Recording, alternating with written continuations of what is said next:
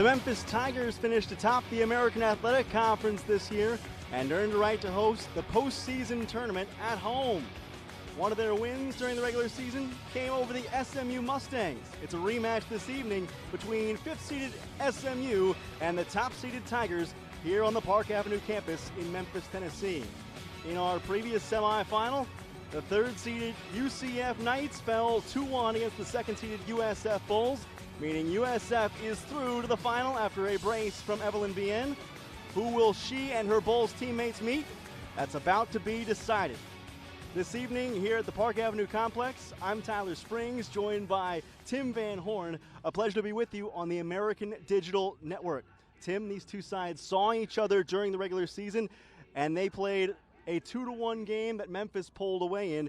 In order to get SMU back on the right side of things, what are their keys for tonight? Well, they've got to come in believing that they can win this match. They've got to learn from their last meeting. They had their opportunities. They have to take them, but they also have to limit Clarissa Laracy in her time and space. But as they say in Texas, that's like rope in the wind. Clarissa Laracy, one of the co-offensive players of the year in conference, along with Evelyn Bien. As for Memphis' side, the top-seeded Tigers led by Brooks Monaghan, they've definitely got to be smart about the way they play. Absolutely. You got to get the ball to Laracy, but watch Maya Jones. She plays fullback. She goes box to box, a very dynamic player, often unsung hero of the Tigers. Watch her tonight. She's going to be very special out on the wing and a key to getting them to the finals once again. Tigers lucky to have so many talented players in the fold, like Jones, like Laracy, but for SMU, the big player, Allie Thornton. Yeah, 12 goals, 26 points. She not only does she score, but she also gives in return, and she's going to be a fun one tonight, and they're going to need her firing on all cylinders or complete horsepower for the Mustangs for victory tonight. SMU's senior leadership will be counted on against a tough Tigers team that features the dynamic Clarissa Laracy. One of the best in the country. She is, of course, the co-offensive player of the year. She is a star, and it's amazing to think what she has a year left. But when she gets on a roll, she had a natural hat trick earlier this year, one of those against Mississippi State. She's going to be fun to watch as well. This is a great finale of the semifinals. Tigers unbeaten at home here on the Park Avenue campus this year, and unbeaten in 2 matches last year as well. Memphis and SMU coming up next as the Mustangs try to knock off the top-seeded Tigers. At SMU, I found professors who care about my success. And the space to take risks. Make mistakes and grow quickly. These experiences are helping me chart my own course. Dallas's can-do culture and SMU support bring out the best in me. We are creators, innovators, disruptors, builders, and problem solvers shaping the future. If we think it, it gets done. That's the enterprising spirit of SMU. Come reimagine the world with us. Take a look at the University of Memphis. You'll see a diverse and inclusive campus, a focus on innovation, a culture not just about education, but action. Then look closer. You'll see that the University of Memphis has one of the nation's top internship programs, where you get real-world experience with global companies and leading research hospitals. Because an internship should be the catalyst into a lifetime of career highlights. See yourself exploring, creating, doing at the University of Memphis. Back in Memphis, where SMU, the 5th seed, is set to take on the top-seeded Memphis Tigers, about to get kicked off here in moments. Let's go down to the field with Haley Outen. I had a chance to catch up with both head coaches before tonight's game, and on the Memphis side, for head coach Brooks Monaghan, he says, we know each other, we've played each other, now it's about his group coming out with energy from the start. And on the SMU side, for head coach Chris Petrucelli, the goal for his team tonight is to contain the counterattack. Last time out, both of these teams, they each scored off of set plays, but ultimately the difference in that game for Memphis was scoring on a counterattack. Thanks, Haley. Brooks Monaghan, the Memphis Tigers head coach, in his 20th season at the helm. Quite the resume for Brooks. 58 wins over the last 4 years, and a guy who Tim Van Horn has proven he can win at this level. Absolutely, and the Tigers now, of course, ranked in the top 10, number 8 in the top drawer poll and the coaches poll. And for the 20th season, here's a guy, in fact, him and associate head coach Johnny Walker. You have 2 goalkeepers that are running this that have such a prolific offense, and he has proven that he is a teacher of college athletes, and this program continues to grow year over year.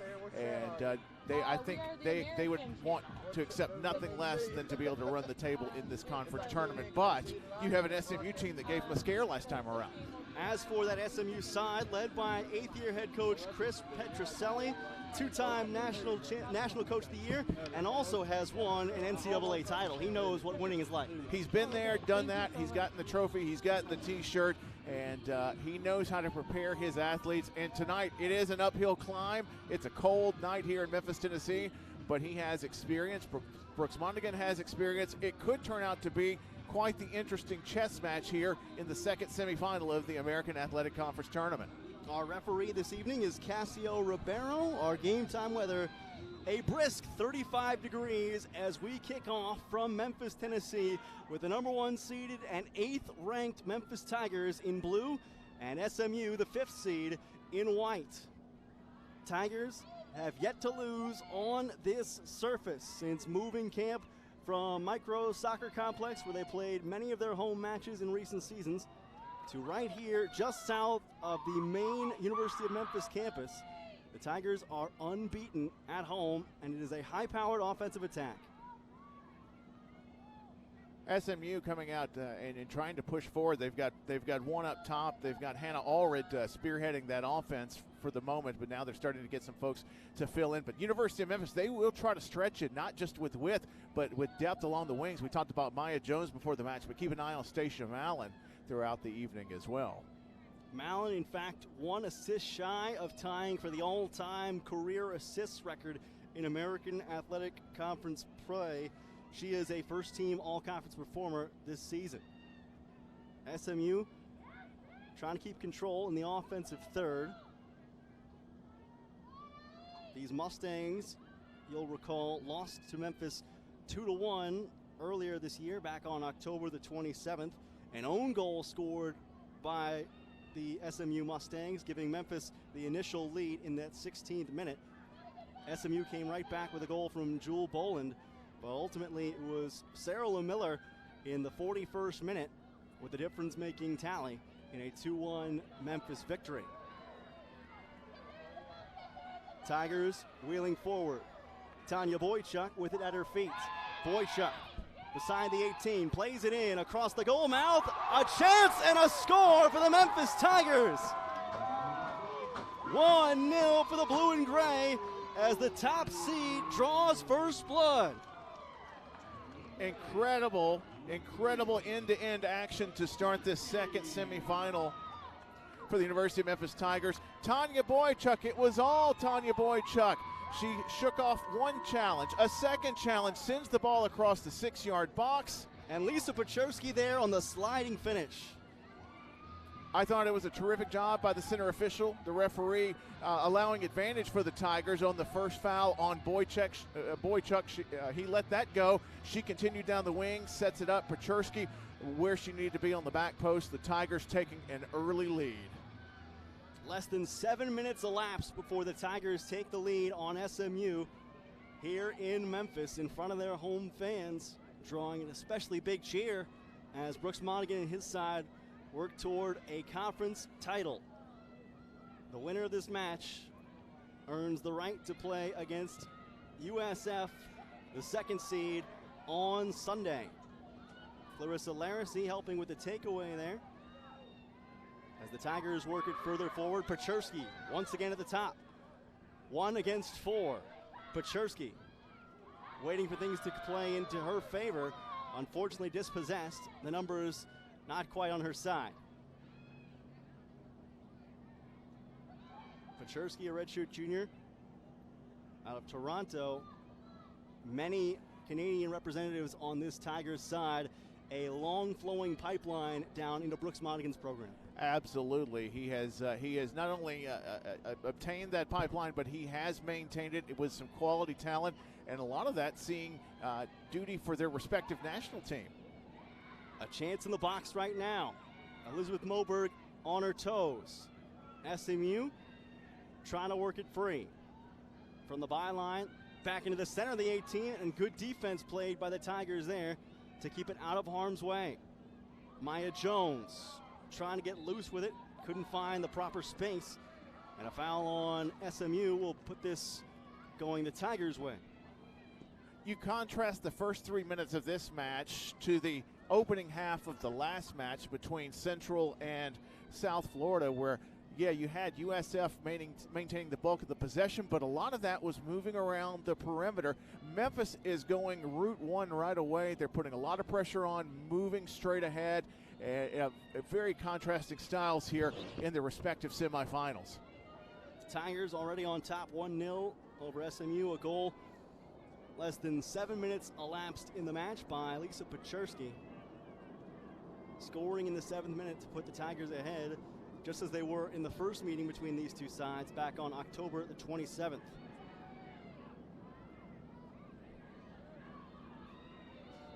SMU on the move.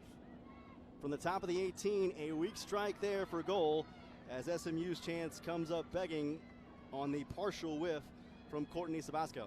In this first half, watch near the bottom of your screen in the middle of the field. You're going to see an interesting matchup with Maya Jones, who just slipped. Caught a break there as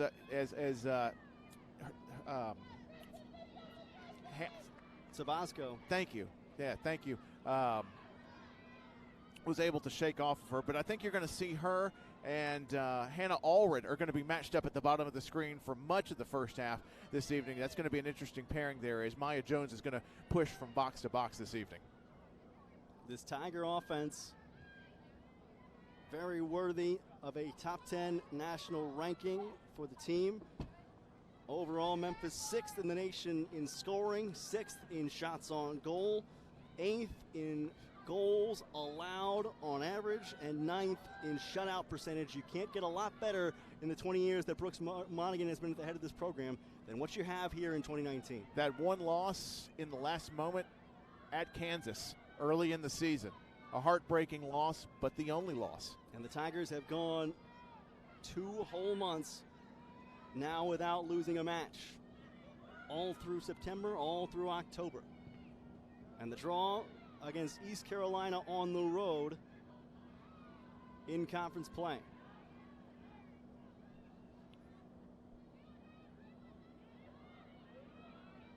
And let me correct myself. Over here on the bottom side, on the near side of the screen, I think you're going to see Maya Jones really mixing it up with Haley Bishop. I think I had forward 14 mixed up, but here they are now in a one-on-one battle. Mallon ahead for Jones, and that time Jones beaten to the ball. Mallon will switch sides with it. This is Emma Hooten. Pachersky lays it into the box.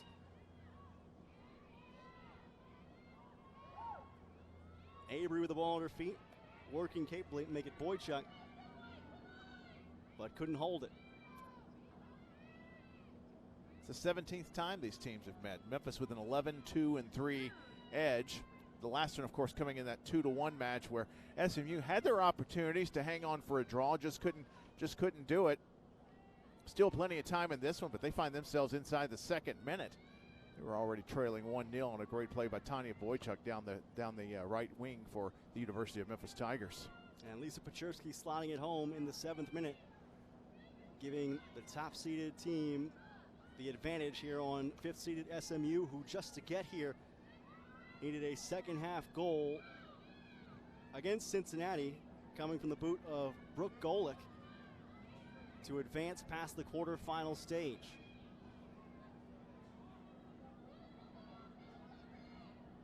Hooten on the takeaway along the left touchline. Pachersky trying to ride the ball as it goes from one SMU Mustang to another. Memphis players not afraid to be physical. This is Catherine Herron. And immediately, possession stopped. The halt coming courtesy of Kimberly Schmidt. Maya Jones back the other way. Jones slides one through. Laracy looking to turn, and a great sliding challenge to block the shot from SMU's Catherine Herron. Laracy for Jones, intercepted. Great offensive action by these Tigers, who finished at the top of the American Athletic Conference table in the regular season. Caroline Duncan, the Memphian, knocked off her feet before she could get further downfield toward the byline. Watch for more of that tonight. That was a terrific 1-2 on the wing with Maya Jones. Terrific work there. Watch SMU, too, as they continue to push up. Right now, you've got, for the Tigers, you've got Stacia Mallon that's actually kind of locked on to Hannah Allred for SMU. She's been tasked with having to shadow her as they're trying to get her a little bit of space up top. Of course, we know Hannah Allred's got 5 goals. Dolan pushes one through. Laracy can't quite get the whole foot to it. And a goal kick coming for SMU.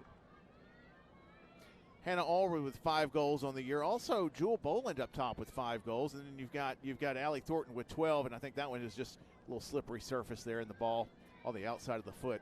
More than a half an inch of rain yesterday, postponing all of yesterday's contest to today.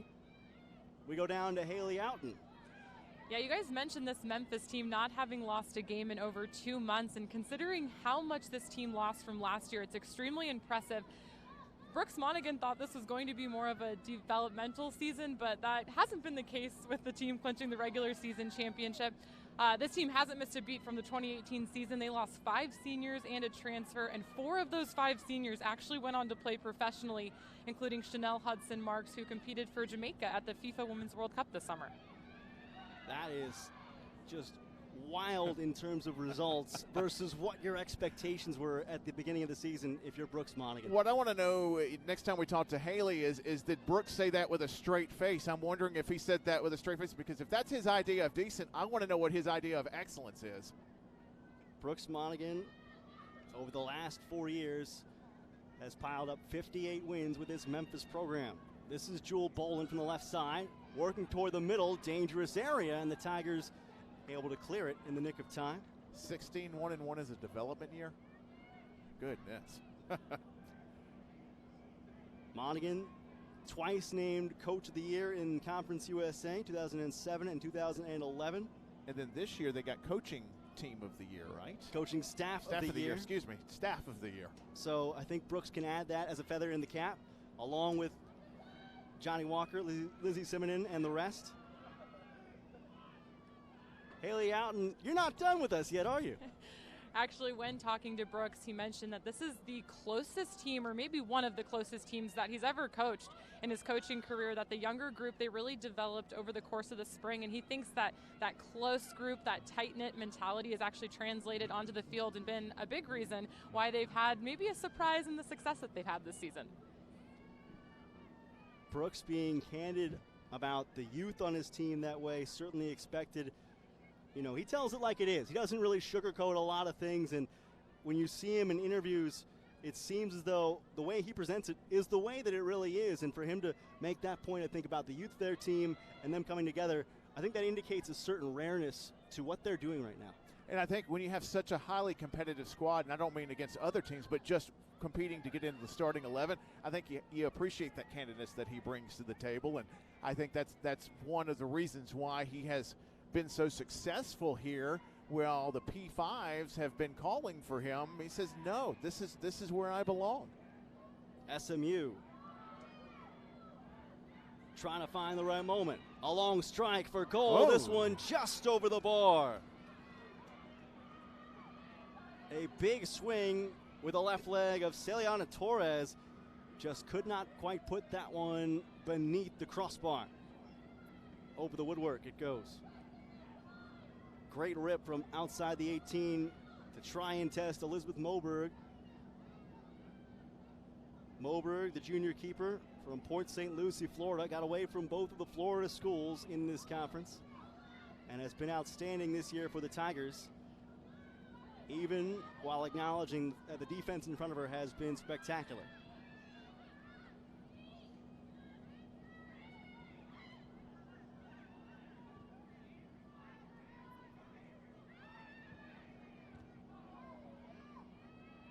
Almost 15 minutes into the match, and the mind of Chris Petroselli, the two-time National Coach of the Year, as we noted, and a 1995 national champion, has already got to be having the gears turning to think, how can we overcome such an early one-goal deficit? Is it patience, or does there need to be an injection of action? I think they've settled down actually pretty good over the last 5-6 minutes. I think they're starting to get a bit more possession now. There's a turnover there, but we've seen them garner more of a lion's share of the possession before that, and we've seen them actually have that opportunity to just skim the paint a moment ago off the crossbar. Stasia Mallon charging forward for the Tigers. Clarissa Laracy, so quick with the ball at her feet. Paczersky, already with one this evening.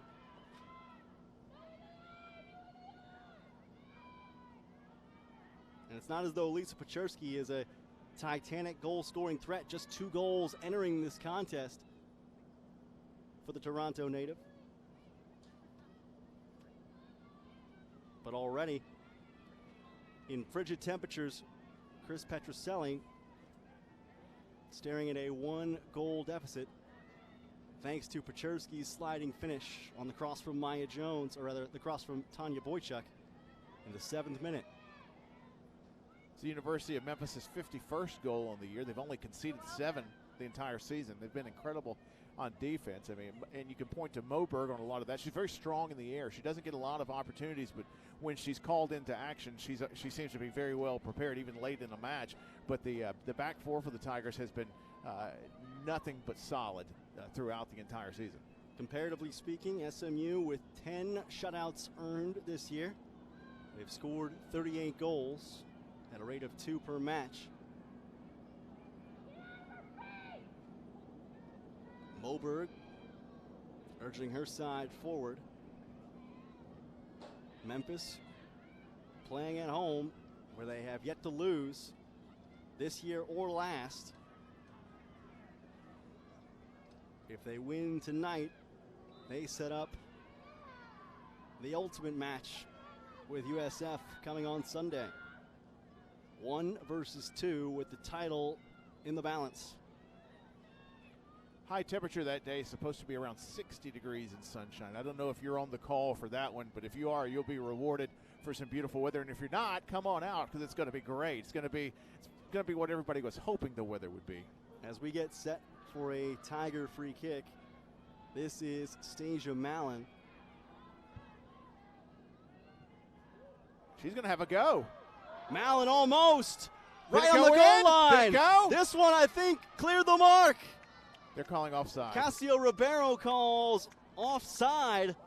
That one nearly put in on the free kick by Mallon. She's done that from the corner previously and came within mere inches of getting it right there. The unsuspecting Mustangs have to credit their keeper, Tatum Sutherland, for having just enough reach to climb the ladder and foil the opportunity. Let's go down to Haley Outen. Wow, close one there for the SMU back line, but moments ago you were talking about the defenses of both of these teams and both really solid groups, but taking a look in particular at SMU, when I talked to Coach Petroselli yesterday, you know, he's extremely proud of this group. They're a veteran group. 3 of the 4 defenders have played on that back line the last 4 years. And the other one started every single game last year. So he said, you know, you put a player in as a freshman, there's definitely some growing pains, and you hope someday that pays off. And it has paid off for this Mustang team this season.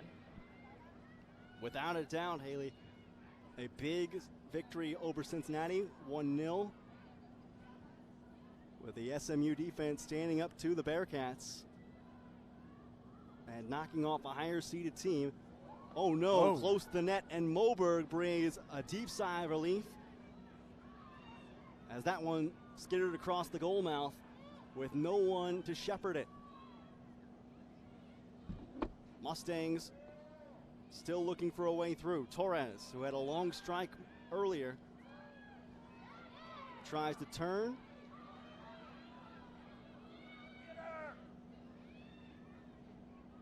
All red. Bishop couldn't handle it. And Jones and Dolan will carry it to safety. Laracy on the break. Clarissa Laracy has a different gear than the defenders next to her. Got to it that time, but had it without control of the ball. A little bit of a heavy touch there, but I saw what they were trying to do. They were trying to get her into a diagonal space and just free up for some help to come a little bit later on.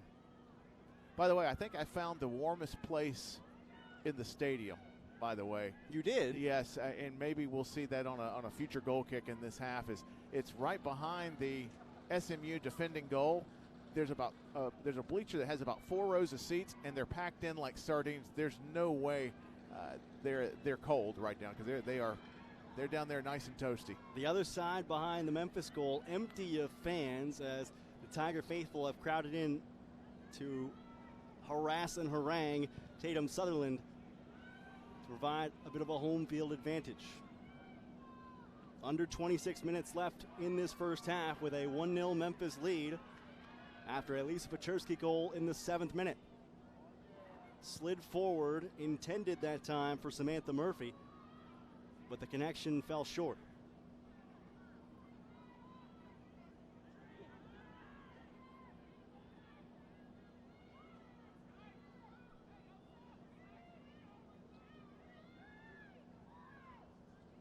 Still haven't seen the University of Memphis take it out of second gear yet. They're still playing at a high tempo.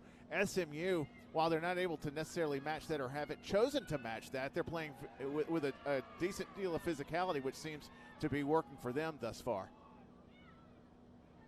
Boychuk kept her feet. Jones just about ran over the defender in her way right there. That draws a flag from the referee as Haley Bishop was standing in her way. I think they're going to get Bishop, as a matter of fact, as they were giving each other the business. Yeah, it looks like they're going to call obstruction. They're going to pull that back to that's going to be about 20 yards off the end line, but it's going to be very wide. It could be a curling free kick for a lefty. Other than that, odds are you're looking at for something that's going to land somewhere between 6 and 12 yards out from goal to keep it just out of the reach of the keeper here. Almost kind of a glorified corner kick here coming up for the Tigers. Allred the only one to spy Mallon. And just like a corner kick, the referee comes in and says, cool it, guys. Jones there in the middle, jockeying for position. Make no mistake about it, Stasia Mallon can put this one on the woodwork if she wants it. Mallon keeps it low, Mallon forward. There is Laracy, still danger, and unfortunately that time Memphis unable to capitalize.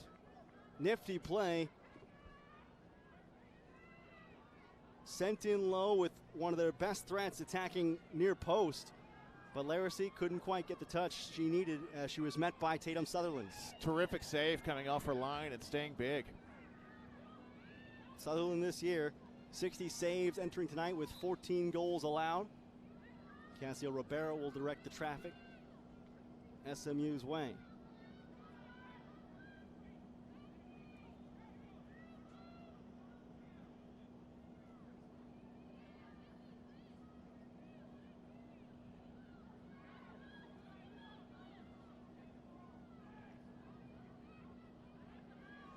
Interesting here. SMU is going to go ahead and load the box on this. Now they have a couple of short options.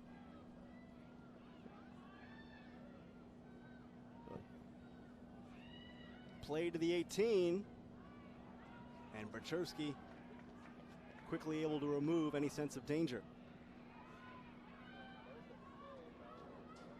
Sabasco wants a switch, and she's getting it.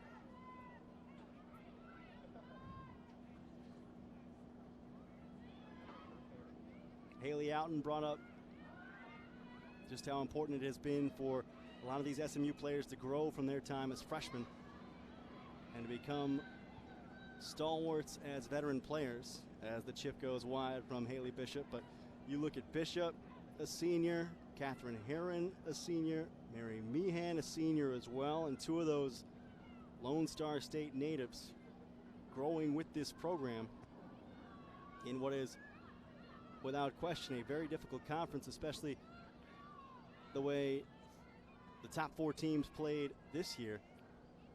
That can only spell good things for SMU and its trajectory as a program going forward, which you have to admit is probably bad news for Memphis, but it's not as though the Memphians or either the Florida schools will work any less hard, knowing what Chris Petrucelli is able to build in Dallas. Lisa Paczerski forward, and Paczerski. And that's a great point, by the way, Tyler, because SMU historically has had a proud tradition.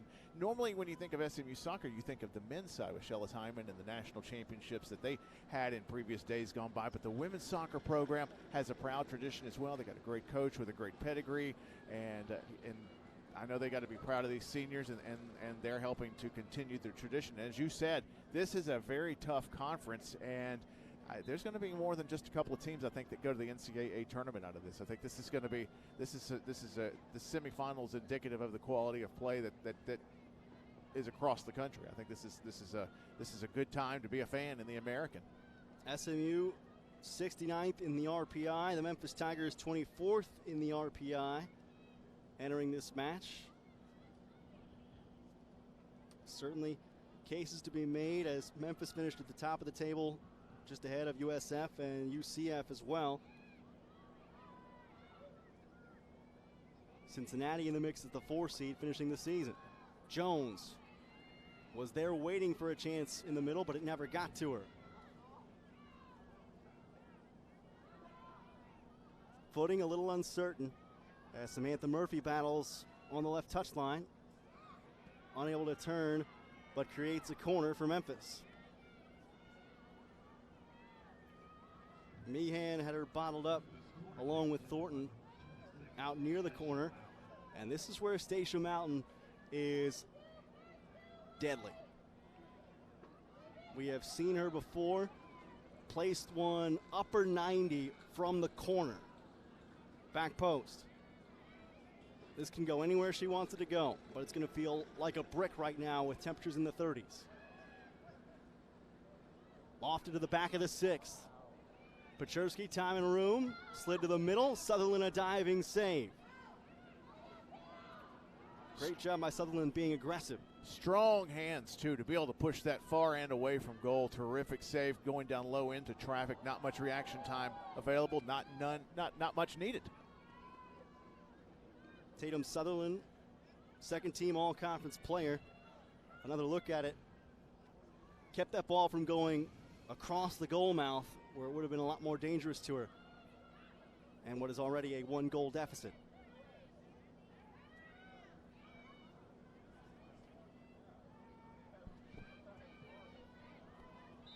SMU looking for a handball, and I believe they will get it, unintentionally though. It came from the Tigers' Claire Avery. Memphis 7 shots thus far against 3 for SMU, as the red-clad Sutherland will come out for this free kick.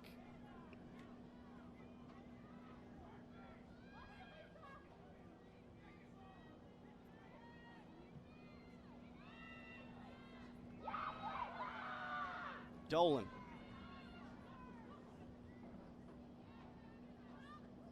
Out for another Mustang throw.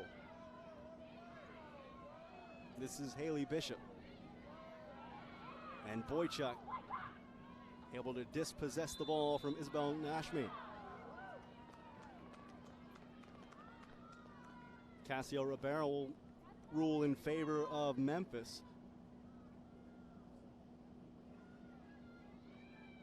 You can see Ribeiro sweating a little bit, probably not from nerves, but it's good to see that there are people here who are sweating, working hard in what is weather that can only be described as not the typical weather you'd think to sweat in. I'd be curious to know what the halftime beverage would be, if it would be sort of a hot tea for the officials. Contact in the top of the box. Sutherland out off her line, and now Ribeiro whistle will stop the action. It looks as though the Tigers had an opportunity there for a moment with Sutherland coming out. an offside coming in on the back, on not the second, or not the first player, but the second player sneaking in for the University of Memphis had an offside call. Second offside, I believe second offside for the Tigers this evening. Memphis, the number 8 team in the country on consensus in both polls. Trying to stay unbeaten at home, leading 1-0. Some hand fighting going on between Tanya Boychuk and Isabel Nashmi. And this will be an SMU free kick.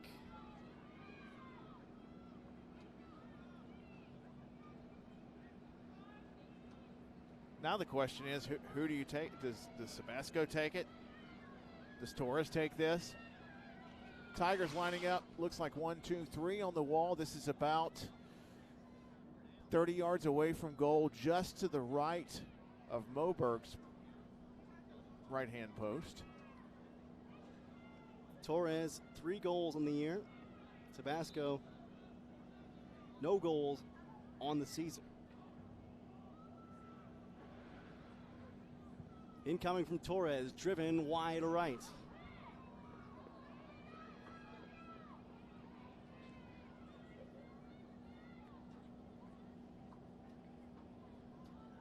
I know the same score. We had the same score line from the last semifinal, but this has a different feel to it. This has more of almost a track meet to it compared to the last match where USF was able to get out to a 1-0 lead. They were able to maintain a lot of possession. Yes, the Tigers got out to a quick lead in the second minute of the match, and they've been back and forth, and they've had their opportunities. But in all fairness, too, SMU has had a chance and has skimmed the crossbar and have looked to play a physical style tonight that may present them some other opportunities. Speaking of other opportunities, one coming here. Moberg way off the line, and Stacia Mallon comes in to the rescue. Great job by the senior from Carmel, Indiana. A little dummy action from Laracy, but couldn't find any closure with it.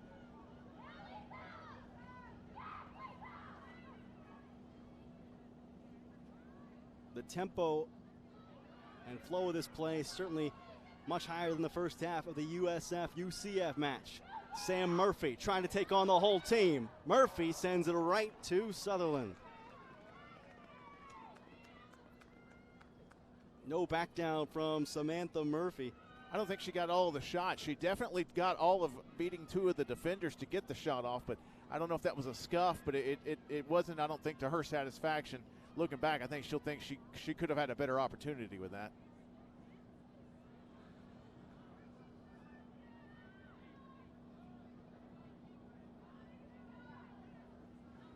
Played for Paczerski. Murphy. That time faked out. And SMU's Brooke Golick able to come away with the possession. Golick was the one who had the second half goal against Cincinnati to send SMU through into this semifinal matchup.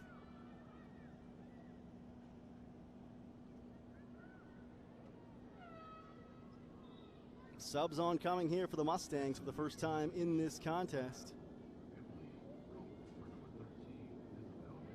First appearances made by Emily Cope. And Jessica Cooley, the other, coming on tonight for SMU, getting her first taste of semifinal action tonight. Great to be with you on the American Digital Network alongside Tim Van Horn and sideline reporter Haley Outen. I'm Tyler Springs. A 7th-minute strike on a sliding effort from Lisa Paczerski of the Memphis Tigers. The difference-making tally in this contest thus far.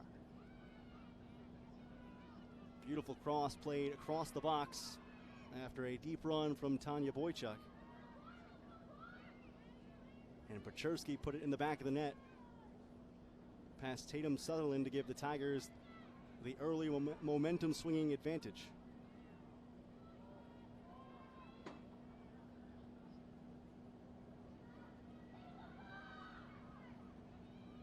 Knocked down by Kimberly Smith and sent packing.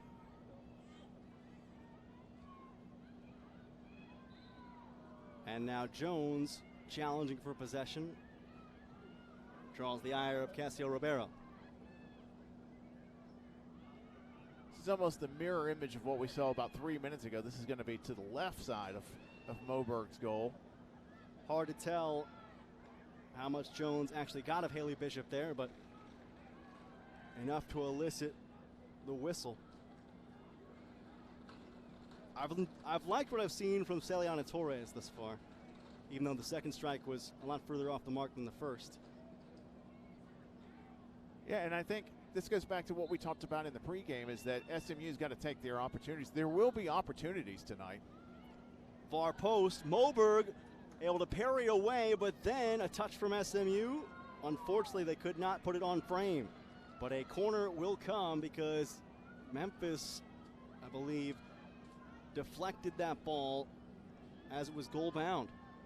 Moberg wasn't able to get a clean strike to that. That gave SMU what we thought might have been an opportunity right there, but the Tiger defense staying in front of the goal, deflecting out for that corner. Sabasco near post. Too much curl. I don't even know on a night like this how you even feel it on your toes. And maybe that's a bit extreme. I know the temperatures are in the 30s, but still it does have to feel, you would think that the soccer ball's got to feel like a stone out in this weather. Especially even in the Memphis area, you had temperatures near 80 last week. Paczerski was in there shadowing the new entrant for SMU, Jessica Cooley, in order to keep that from equalizing on the initial attempt that got SMU the corner. Nice through ball play long down the right side. Square to the middle, but coming forward was Mallon. Nothing on Stasia Mallon's radar that she doesn't know about.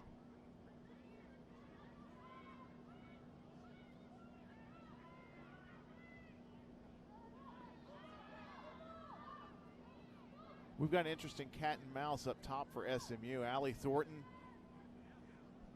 and Hannah Allred have been playing a little crisscross up top, so watch for a diagonal or a through ball coming out of the middle. Speaking of, there in the center, Caroline Duncan, right where she needed to be for the intercept. But things still on for the Mustangs.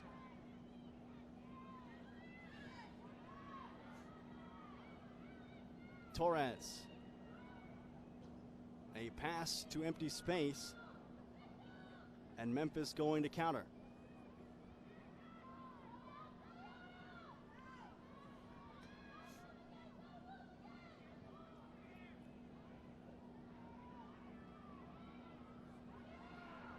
A misfire and a Tiger sweep attempt, but right at the edge of the box, it's Caroline Duncan able to not only knock that one down, but also slide to keep it in play. Extreme effort for the White Station High School product here from just a few miles down the road.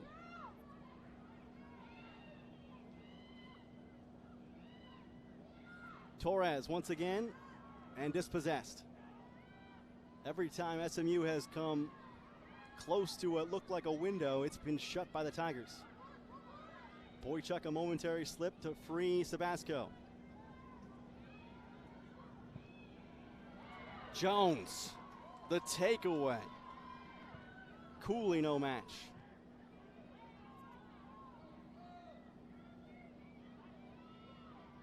Paczerski looking for Murphy. It'll be Golick going the other way. Torres chipped on, and Moberg coming out to receive.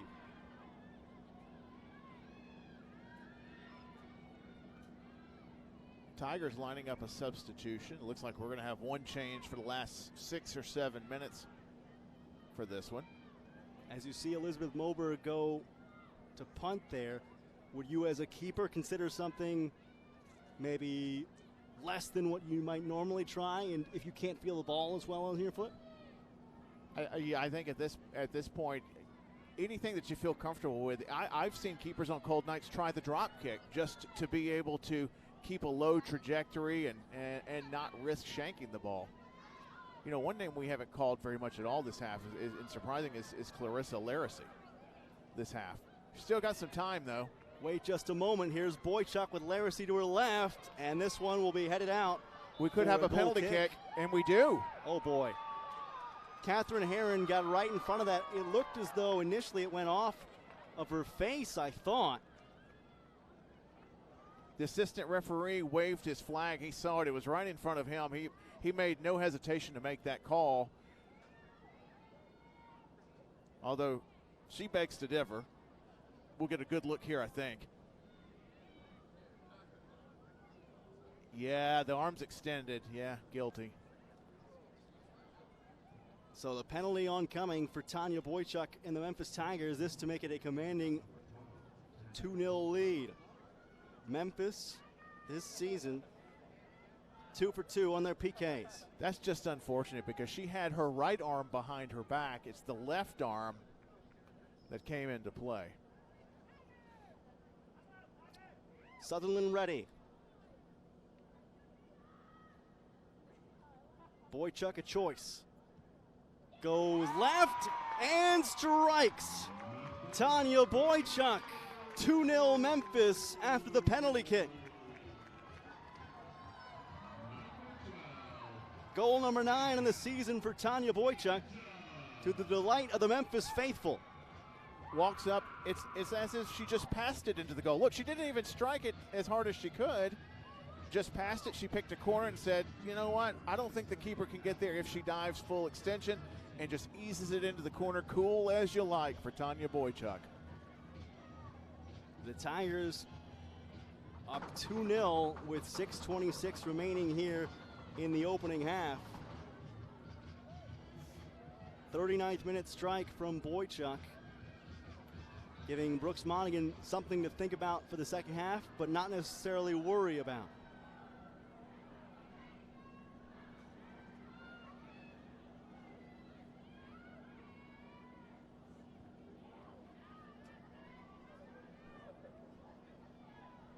Murphy. Paczerski. Now, tactically, the question for SMU is, do you try to stop the bleeding at 2-0, or do you try to hurry up the field and peg one back in the last 6 minutes and take some risks? Now, it's possible to get that goal without taking some extra risks, but do you roll the dice? Maya Jones lurking, hoping for a mistake that would have made it 3-0. We saw in the last semifinal that penalty kick with about 23 minutes to go in the match seemed to turn that match into high gear between USF and UCF. UCF cutting that lead in half.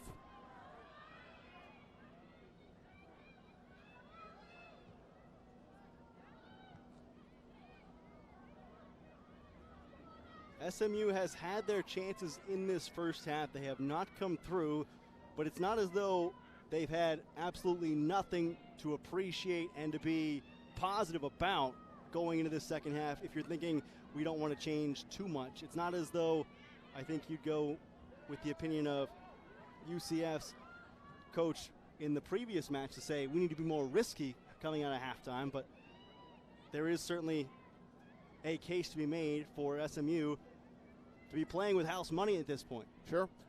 They've had 4 shots. They had one on goal. They had the one that skimmed the top of the crossbar. They've worked Elizabeth Moberg, which very few teams ever do. A close challenge here. Contact all over the place and nothing whistled. I believe they're going to call the first contact on a foul outside the box. Catherine Herron once again in the middle of the fray. I thought that was terrific refereeing because he allowed the play to breathe. If there was going to be continued movement, and we got a yellow card on the play, but if there was going to be continued movement, he was going to allow the Memphis Tigers to continue the flow of their offense. But the moment he saw, and you'll see here with Stasia Mallon, the moment that she's not able to continue that, he brought the play back to the original point of the foul. The question is it outside of the box? He says yes. Allie Rathbun, I think, pulled down that time by Catherine Herron. Rathbun, yes, yeah. I thought it was 26. It's 27. But 27 may take the kick. Here we go. This will be Mallon on the kick. Bent in. Oh. Great save by Sutherland.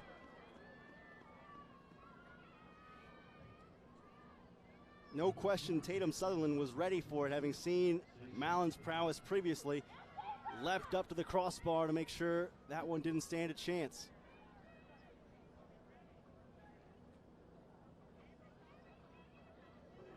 Two goals in the first half for the Tigers. Not to the fault of the keeper, Sutherland. I think Sutherland has had a couple of very good saves tonight for SMU. It could be 3-0, could be 4-0. Mallon again. Top of the 6. Loose down below, and Sutherland collects. Tatum Sutherland keeping her side in the game as best she can, but for that penalty kick. After that early goal set SMU back. So who's been the best player for Memphis tonight? Would you say Boychuk with her assist and goal? Would that be the obvious? I think that is the obvious choice. We have seen, you're right, less of Clarissa Laracy. I've seen a lot of Lisa Paczerski on the ball. That has been a change from what we've seen for much of the season, but there are so many capable Memphis players on this side, it's almost not a surprise to say someone is a surprise. Well, and the scary part is we haven't called Laracy's name. With the Tigers up 2-0, at some point, if SMU doesn't score, they're going to have to start opening up, which could provide opportunities for Laracy later on. But again, we still haven't seen the best tonight out of Boland, Allred, and Thornton for SMU, so don't count them out just yet. There's still plenty of soccer left to play in the semifinal. Maya Jones' creation has also been a little more subdued, a little more beneath the radar for the Memphis Tigers. But I've enjoyed what Mallon has done so far, what Paczerski has done, what Boychuk has done, and there's more good soccer ahead of them if they keep playing like this. Tigers, of course, 2 first-round NCAA exits in their previous 2 trips, most recently against Wisconsin and against Arkansas in the NCAAs. And they are hopeful if they can do enough in this tournament, they will get a winnable first-round match for Brooks Monaghan. Yeah, 2 wins would do wonders, I think, for them when it comes to the scheduling of the NCAA tournament. A lot of work to be done, though, between now and then. Fewer than 2 minutes remaining until halftime. We'll have Brooks Monaghan for you. And a quick chat with Haley Outen about how this first half has gone and what the second half might hold for the homestanding Tigers. The 8th ranked team in the country who set a program record this year, ranked 15 weeks in a row. Jones starting to get a little chippy. We talked about this a little bit earlier with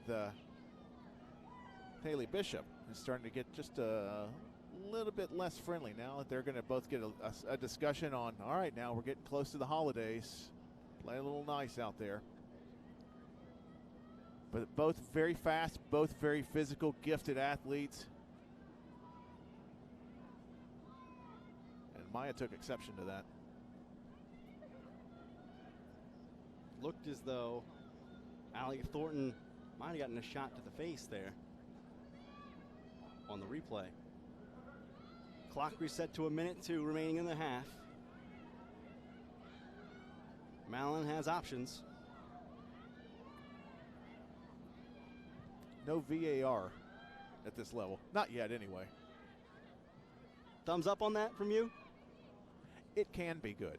It has its moments when applied carefully. As anything. Yeah. Well, and as long as you don't draw the game out another 15, 20 minutes reviewing, because the whole point is to make it efficient and keep the game going and be accurate. Celiana Torres forward, but not in a threatening manner.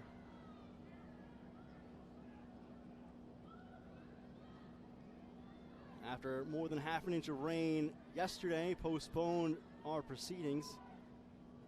Field thus far holding up reasonably well through 1.5 matches, with still another 45 to go.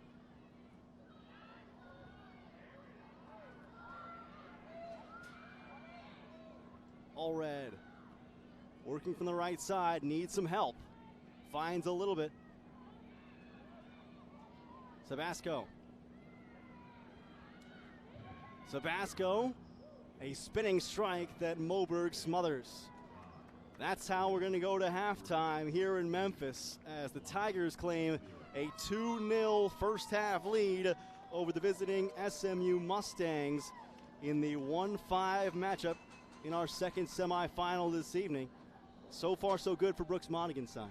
Absolutely. I think he'll be very pleased. They came out with high intensity. They came prepared for the match. That second-minute goal was nothing less than they deserved. I thought they came out very aggressively. SMU, for their part, a little unlucky on the second goal given thanks to the penalty kick. But for them, I think there's still plenty of opportunity. I don't think that they're out of their depth at this point. I think at some point, though, if they don't get on the board in the first 20, 25 minutes, they're going to have to open it up, and that could be a big problem for them because we still have heard very little from Clarissa Laracy tonight. Tigers have outshot SMU to this point in the contest 10-5 and 6-2 on shots on goal. Part of what has netted them a 2-0 advantage as we go to halftime here in Memphis. Moments away from Haley Outen having a conversation with Memphis head coach Brooks Monaghan here on the American Digital Network. Tigers in that first half got goals from Tanya Boychuk on the PK and Lisa Pachersky in the 7th minute. Let's go down to Haley Outen, down with Brooks Monaghan. Coach, you told me before this game that you wanted to see your group come out with energy, able to capitalize in those first few minutes. What was your evaluation of your team's start tonight? Oh, it was good. Obviously, SMU is, like we talked before, a very good possession-oriented team, and we're able to disrupt it. But this game is far from over. We've got to continue to do what we're doing and put them under pressure and see what happens. Up 2 goals. What will be the key to protecting that lead in the second half? Just stay focused, no silly fouls.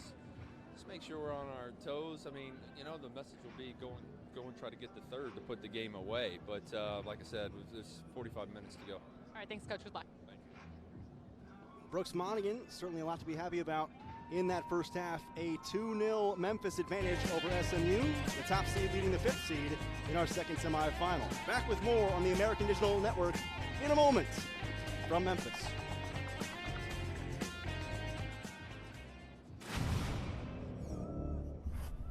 Welcome into an all-new episode of the American Huddle alongside Andy Gresh. I'm Haley Outen.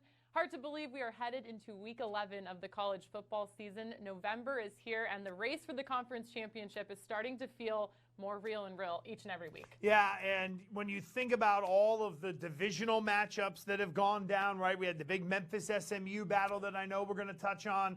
It makes you realize how the early games matter, right? Because Navy's got to be sitting there in the West thinking, man, we lost to Memphis early in the year. Now Memphis kind of controls their own fate in terms of what could happen in the conference championship game.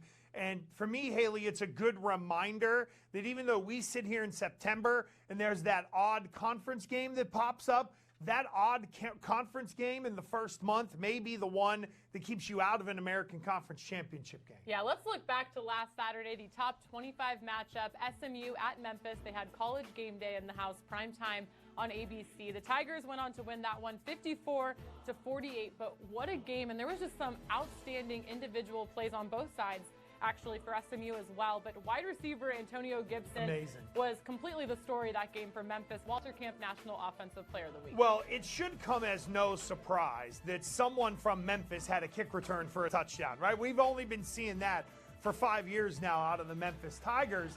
But when you look at Gibson, like, to me, the Antonio Gibson run, that was amazing. I mean, he not only did he run through contact, he ran away from defenders down the sideline for the touchdown, and that run impressed me. Look, he made some great catches. We know that Brady White's going to press the ball down the field every once in a while, but it was the way that Gibson contributed in other ways, Haley, that really stood out. And look, if they've got guys like that, a wide receiver, who have the ability to have what was a physical, punishing run on the touchdown that he had, it goes to show you how diversified their offense is, but how much is pure offensive athleticism they've got on that side of the ball, and trying to defend them right now is very, very tough. Yeah, teams probably preparing pretty heavily for the running back Kenny Gainwell, but Antonio Gibson, now a new name to definitely circle and focus on. Gibson had 386 all-purpose yards, which was a conference record and the most by any FBS player this season. Also the first FBS player to score a touchdown 3 different ways. Yeah, that in and of itself is pretty cool. And look, SMU put up a good fight. Memphis was able to kind of extend the lead a little bit and sort of pull away there. I don't want to say the score wasn't indicative of how close the game really was, but I thought in that third and fourth quarter, Memphis started to distance themselves at home. And look, for SMU, listen, if at the end of the year SMU has got one loss, and their one loss is to a team that may end up winning an American Conference championship, that is still one heck of a year. And I know you and I haven't really dove into this yet, but the Conference Coach of the Year race is as wide open as we've seen in a long time. I think there are 4 legitimate candidates, and if you want to throw Tulane and Willie Fritz in there, you could argue there are 5 legitimate candidates for Coach of the Year. Yeah, certainly been an exciting year around this league from top to bottom. Memphis will have the week off before they head to Houston. Kind of a light schedule this week, Andy. Only 4 games, but it gets started on Thursday night. Temple at USF, and both of these teams are coming off bye weeks. I think both teams needed the rest. And what do we have with Temple? Right? We don't exactly know how good their defense is, but I do think their defense will be good enough to hold up against this USF squad. And let's look at USF for a moment. I think we talked 2 weeks ago about how, that growth curve, the arc is kind of there. We're seeing them grow a little bit. It's not just them trying to climb. We're seeing them get to a point now to where you can start to believe in both sides of the football team, meaning offense and defense. And this will be a very interesting battle. I know for Temple, they're trying to get to bowl eligibility. USF as well. I think these are 2 teams that are in kind of similar places in terms of their journey for the 2019 season. Temple at USF, 8 p.m. Eastern, Thursday night on ESPN. Moving on, Friday night, UCF heads to Tulsa. Now, the Knights trailed Houston, Andy, at halftime last week, but then they were able to turn it on offensively and come back to win. Yeah, a big third quarter for them. And look, Tulsa is the little engine that just can't. They just can't find a way to be able to win a game. And again, another close one over this past weekend. I think UCF is starting to get into a little bit of a groove here. Dylan Gabriel is growing every week. And it's weird, but I love the fact that he's a left-handed quarterback because I think it does change some things in terms of the way you call plays. You have to adjust as a coaching staff if you're on the other side competing against him. And UCF seems to be getting into the right kind of groove right now that if anybody on that east side, namely Cincinnati, has a little bit of a slip-up, UCF's going to be right there to capitalize on that opportunity. All right, moving on to Saturday, just 2 games, starting off with ECU at SMU, noon Eastern on ESPNU. For SMU, this game is especially important because, Andy, they're not out of the race yet. No, they're not. I mean, it's a little bit like Navy and Cincinnati and UCF. They're still in it, so you got to keep playing. Here's what they can't do, and this, to me, will be the big thing for SMU. Do they have the ability to overcome the bubble being burst? We can sit here in our digital studios and say they're still in it. Does SMU still feel like they're in it? And I think as we saw last week, ECU deserves a lot of respect. They took one of the best teams on a top 25 team, or the best team, one of the better teams in the American and a top 25 team in Cincinnati to the absolute wall. So SMU better be ready to strap it up, and they can't feel sorry for themselves. If they come out and handle business, they should be okay. Lastly, UConn heads to Cincinnati. Cincinnati, we just talked about it, had a little bit of a scare on the road last week at ECU. But what did you learn about that Cincinnati team? Especially they were coming off of a bye week as well. Guts, they have resiliency, and they've got the ability to beat you in different ways. Desmond Ridder can throw the ball. He'll also make running plays. I don't think it's a quarterback running all over the place situation. But you know that if you need to turn to him in the running game, they've got the ability to do so. And look, UConn, they just haven't been able to stop anybody. So I expect Cincinnati to hold the ball for 40 minutes, run and score the appropriate amount of points they need to win the game. And I do think that Luke Fickell will look at his defense and say, we were good in the second half. We weren't good in the first half against ECU. Let's make sure we put together a full 60 minutes on that side of the ball. A quiet week in terms of number of games, but 4 teams ranked in this week's AP Top 25, and that's just the second time that that's happened in American history. But we use the term power a lot. We talk about the Power 5, the Power 6, but 4 teams in this league ranked. And then you have UCF just on the outside looking in. So where does that position this conference as a whole when you look at what's going on in college football right now? Haley, again, I sit here almost every week and I rail on the rubes of college football for not giving the American the respect that they've earned. They've earned the respect that they deserve to get, and people aren't giving it to them yet. The problem is for a lot of these people, and I hate to say this, is that, you know, the American would have gotten more respect if SMU had beat Memphis and had jumped up to inside the top 15 or maybe even to, say, 12, let's say. So people know, oh, well, look, an American team is up there. People, unfortunately, are going to look at it and be like, wow, all these teams are lumped in 15 or lower and da-da-da. When in reality, they're missing the point. The depth of this league is as good as anybody. They're up there in terms of ranked teams by conference. There's no other group of 5 conference to me that's even close. And to me, the American is better positioned than the Pac-12. But the Pac-12's got one team in Oregon that's way up there in the rankings, and Utah's up there as well. So people say, well, that league must be better. Top to bottom, the American, for my money, is better than the Pac-12. And if you match up Utah or Oregon against, pick any of those best teams. Go with SMU, Memphis, Cincinnati, or UCF. Those games are very even across the board. So to me, I hope people start to pay attention to the depth in this conference, and that just because there isn't a team way up there, it doesn't mean the league ain't any good. A question from this week's mailbag that we actually didn't get to regarding the top 25 was UCF losses to Pitt and Cincinnati this year. So a fan at home wanted to know, how many more games does UCF have to win to break back into that top 25? Probably one. All they got to do is wait for the shifting at the bottom, because we know there's going to be upsets this time of year. I'm sure there'll be a team somewhere who's playing directional state university who ends up getting beat and then falling out of that top 25. I think for UCF, just stay the course. What I hope doesn't happen is that if an American team loses that is ranked, that they're not the one to fall out to get UCF in there. It'd be nice to see everybody kind of hold serve and see UCF jam their way into that bottom of the top 25. But they're a top 25 program. Let's be real. All right, well, Week 11 gets started on Thursday night. Make sure to follow along on Twitter at American_FB. And as always, head over to Facebook for full highlights. We'll see you back here next week on behalf of Andy Graff. You mean you're the lumberjack, right?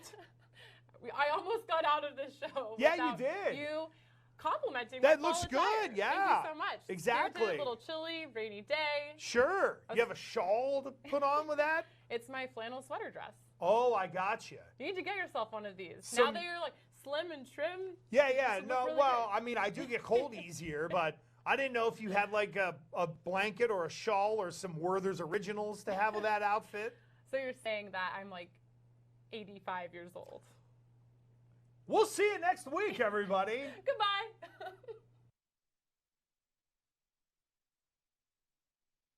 At SMU, I found professors who care about my success. And the space to take risks. Make mistakes and grow quickly. These experiences are helping me chart my own course. Dallas's can-do culture and SMU support bring out the best in me. We are creators, innovators, disruptors, builders, and problem solvers shaping the future. If we think it, it gets done. That's the enterprising spirit of SMU. Come reimagine the world with us. Take a look at the University of Memphis. You'll see a diverse and inclusive campus, a focus on innovation, a culture not just about education, but action. Then look closer. You'll see that the University of Memphis has one of the nation's top internship programs, where you get real-world experience with global companies and leading research hospitals. Because an internship should be the catalyst into a lifetime of career highlights. See yourself exploring, creating, doing at the University of Memphis. Back in Memphis, where the Tigers lead the SMU Mustangs 2-0. Coming out of halftime, here's Coach Chris Petrucelli with Haley Outen. Coach, down 2 goals heading into the second half. What was your message to the team at halftime? Well, look, we've scored goals before, so we're not out of the game. You know, and I don't feel like we played that poorly, but there were a couple of defining moments in the half, and they had them. So, you know, score one and try to make it a little bit more of a game, and who knows what happens. You told me yesterday that your team has been battling the last 2 games, and in essence have felt like the postseason. What is it about their experiences this year that can hopefully help them pull through here in the second half? Well, look, we faced adversity a lot. We've had a lot of injuries, and we've had to battle back and change the lineup and change again, and we had to do it again tonight with Winnie out. So we've been through some tough times. So we'll fight for sure. All right, thanks, Coach. Good luck. The Memphis Tigers holding a commanding 2-goal lead on the SMU Mustangs, but as you heard Chris Petrucelli saying, he doesn't feel like their side neither played that poorly in the first half nor is out of it just yet at this point. There's still a lot of game left between these two sides that met and were 1 goal apart during the regular season. The first half highlights from these first 45 minutes, Tim Van Horn, coming our way in a moment. What stood out to you? I thought Tanya Boychuk had one of her best halves all season. That cross sent in, Lisa Pachersky on the back post latching on. Within 2 minutes, it's 1-0 University of Memphis. Very up-tempo. There's Boychuk again. She's looking for a cross. Probably Pachersky again. It looks like a handball, arm extended. Just horrible, horrible luck for SMU. Felt really bad for Catherine Herron. But then Boychuk steps up and says, I've got this, easily passes the ball into the corner, makes it 2-0, all Tigers on the scoreline. But as you said, SMU had their chances. They had a shot on goal. They had one to hit the top of the crossbar, too. So it's not as if they've been without their opportunities. And as long as they continue to be physical, I think other opportunities will present themselves. However, you heard Brooks Monaghan talk with Haley just before halftime, says we'd love to get that 3rd goal and put this game away. Tigers looking to be the aggressors and trying to go for the throat as they come out with a 2-goal lead. You're certainly right that nobody was more put upon in that first half than Tatum Sutherland, the keeper for SMU, and defender Catherine Herron, who was the culprit in that handball. Tigers outshooting SMU 10-5, more shots on goal as well, 6-2. 4 saves made by Tatum Sutherland in goal, and 2 by Memphis's Elizabeth Moberg. The fouls led by SMU 6-5. Memphis had a pair of corners, SMU had 1, and Memphis also offsides twice. SMU was not drawn off. Second half kickoff coming for the homestanding and top-seeded Memphis Tigers from the boots of Tanya Boychuk. SMU in white, Memphis in royal blue. These two sides met on the football field on national television this past Saturday to much fanfare. And a little more scoring than has been done in this game thus far. But it's still a long way to go as SMU looks to battle back and advance their season with a berth in the final against USF on the line.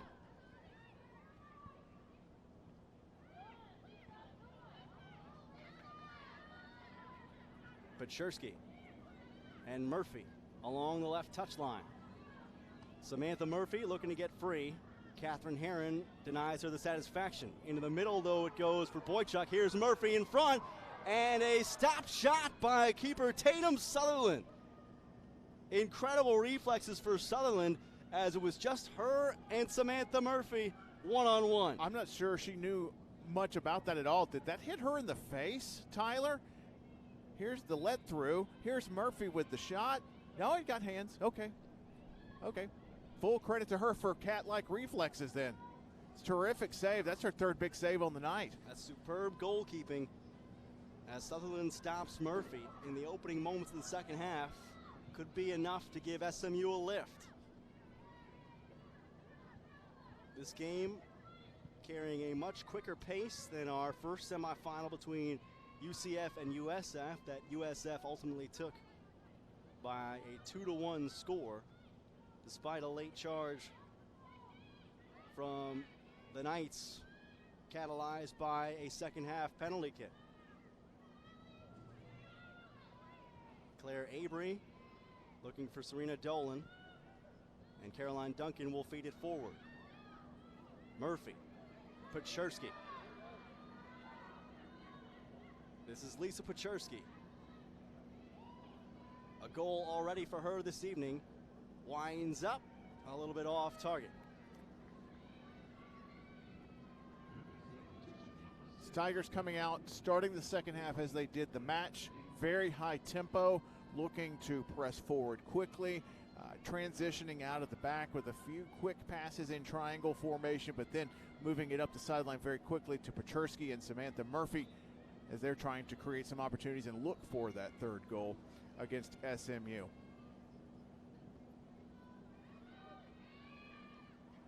That ball is rock hard, and Sutherland can barely get it to the midfield line. Here's Laracy, co-offensive player of the year, working toward the middle, has an opportunity, but Murphy couldn't control it.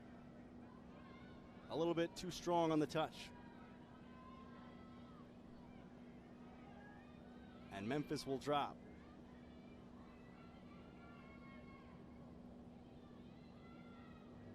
SMU, as we mentioned, finished 5th in the regular season and took down Cincinnati to come here to Memphis,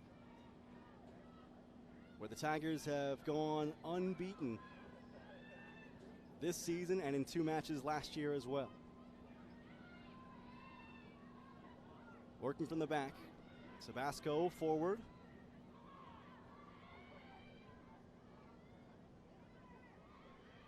And now something for Haley Bishop. Centering ball, Moberg has it loose in front, and SMU has halved the deficit. On the rebound, the collection punted back to the net by SMU's Allie Thornton. Nifty move down the wing, frees up some space. Ball in, got caught up with a defender. Moberg left helpless on the ground. And from there, it was just put it low, put it hard, and put it into the back of the net for SMU. And just like that, game on in Memphis, Tennessee. Lucky goal number 13 for Allie Thornton, the Arlington, Texas native and senior. An all-conference honoree. And an opportunist, if ever we've seen one. And that's what the great ones do. Sometimes they don't have to create their own chances. Sometimes the chances come to them, and it came to her like a magnet off of the mix-up in the back off of Moberg and a defender. I didn't quite catch who was in the back with her. I couldn't tell if that was Stacia Mallon or if that was Caroline Duncan. I couldn't tell on that play. Nonetheless, ball dropped right to her. She was able to fire that home, make it 2-1 now. A whole new ball game introduced with still 40 minutes to play. Haley Outen, what have you got for us? Allie Thornton being a senior, when I talked to head coach Chris Petruselli about her and her career, he said, you know what, Allie has really put in a lot of work outside of the traditional practice environment. She's out every day doing extra work, finishing, working on her touch, heading the ball rather, and he can see it, and he can see that it's paid off. She could always run forever, but she's really been working this season to fine-tune those details, and I think we just saw her do it right there. Without a doubt, she did that expertly, knowing that the chances having been few and far between in that first half for SMU, you get a loose ball in front with Moberg unable to smother it, and Thornton strikes when the iron is hot. It's only the 3rd shot on goal tonight for SMU. The chances, they haven't had a lot of chances, but they took that last one well. A rough challenge on the far side as Laracy came in there at speed to knock it away from the Mustangs. This will be an SMU kick from the left touchline from Sutherland. Clarissa Laracy's speed is such that she comes in at times and is physical when she doesn't mean to be. And now I think we've got another physical challenge, as I think Haley Bishop kind of table-topped the player who was playing just on her back. That looked to be Tanya Boychuk. SMU's claiming that Boychuk jumped over the back and that it should have been a foul on Boychuk. The official disagreed, but things are continuing to get a little more physical and a little more physical in this match, and I don't expect that trend to reverse here in the last 39 minutes. You can parse that any number of ways, depending on how often and at what speed you go back and look at that replay. But to see bodies in the air that way is certainly concerning for an official like Cassio Ribeiro, trying to keep things contained to a dull roar.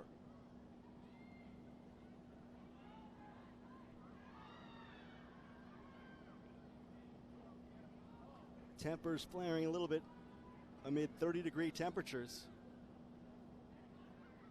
with everything on the line for these two sides. Maya Jones breaks loose. Jones from the right flank can't find her way through. And now poked out by Haley Bishop to create a Tiger corner. The expertise of Stasia Mallon once again comes into play. Tigers getting their third corner of the night. And they're putting at least 7 in the box here. They're flooding the 18-yard box on SMU. In-swinger coming in from Mallon. This could be one right at the top of the 6-yard box. Sutherland a punch, still loose. Did it go? And the Tigers have sent it through. It's 3-1 Memphis. As the top seed gains breathing room, I believe that was Kimberly Smith to put the head to it.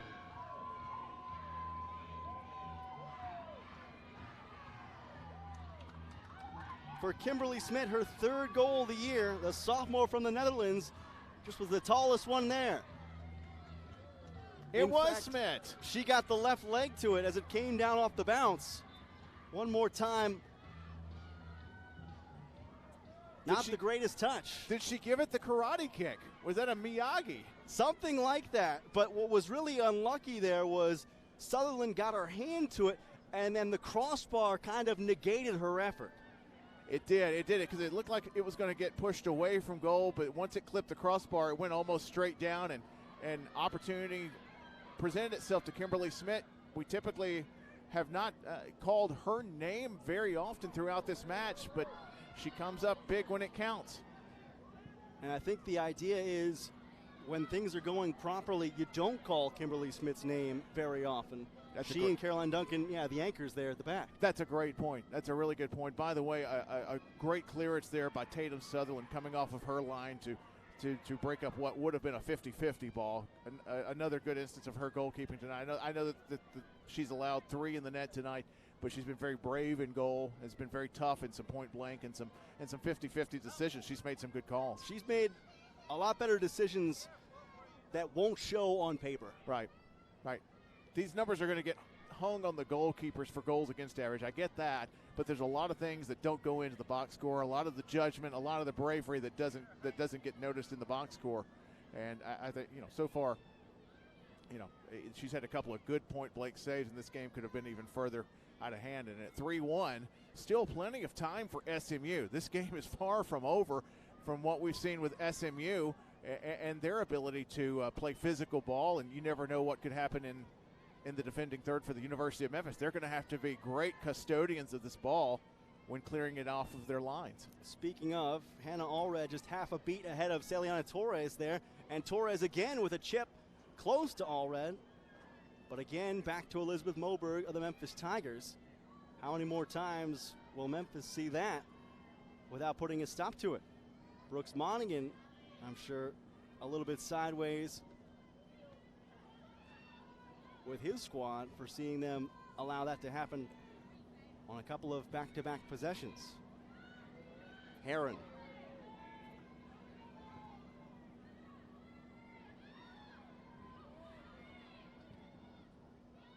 Up the touchline.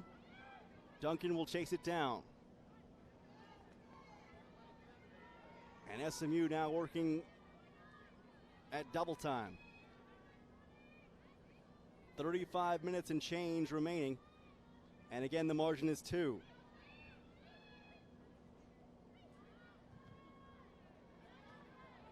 Lucky to get one rebound ball slotted through from Allie Thornton. Will they be as lucky with future chances, or they have to go the conventional way? Alongside Tim Van Horn, I'm Tyler Springs, along with Haley Outen on the sideline here for the American Digital Network. Semifinal number 2 of the 2019 American Athletic Conference Women's Soccer Championship here in Memphis, Tennessee. On the ball, Clarissa Laracy, co-offensive player of the year in the league, trying to send one through for Lisa Pachersky down the left flank, but the deflection killed the chance. Here comes Pachersky on the intercept. Laracy wide, played in, back post, top of the 6. Sutherland scrambles for it.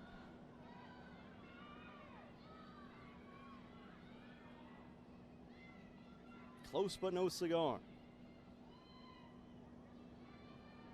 Sarah Miller into the game here in the second half for the first time, as the Tigers bring on a sub or two. Miller was the one who had the tie-breaking 41st minute goal against SMU in the regular season meeting. Mustangs.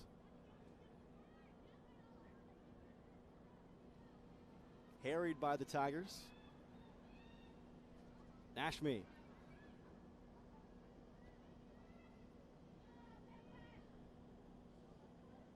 And again the throw. All the way to the middle. Thornton goes high.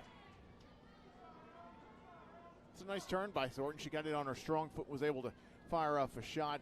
Just a little bit too much pressure from the University of Memphis defense for her to get anything over the ball, to be able to keep it down low. Three-time all-conference player, knowing exactly what's at stake this evening. The potential end of her college career.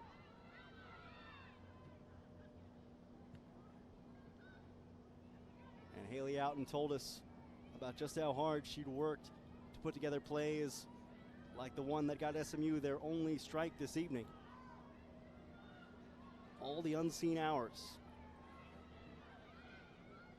Can they amount to something special? And a great challenge by the Memphis defense. The effort from Caroline Duncan inside the 18 to get that ball cleared.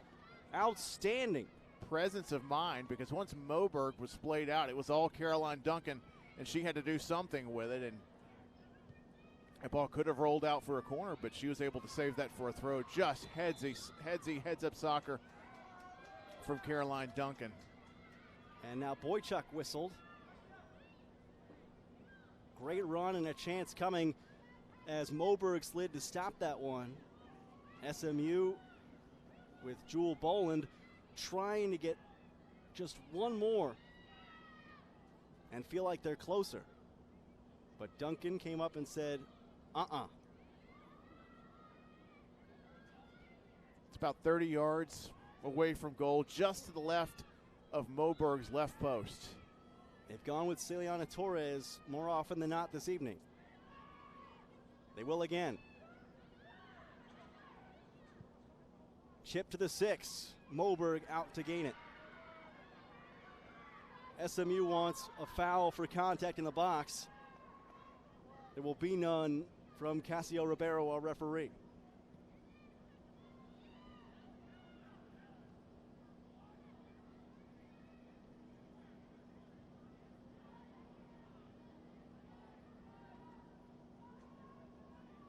Back to a 2-goal game. Here we are, a little bit more than a half an hour to go in the match.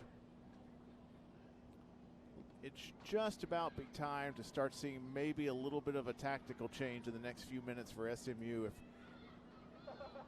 If they're going to make anything, that we may see that first sign in the next moment or two. May start to see maybe a little bit more of a push forward.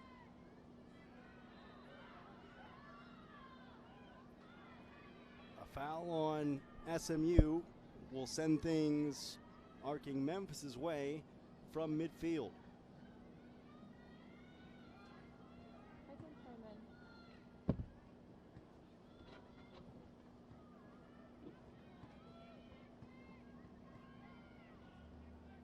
Haley Outen on the sideline has more for us as Memphis plays a long one into the box. Laracy was there.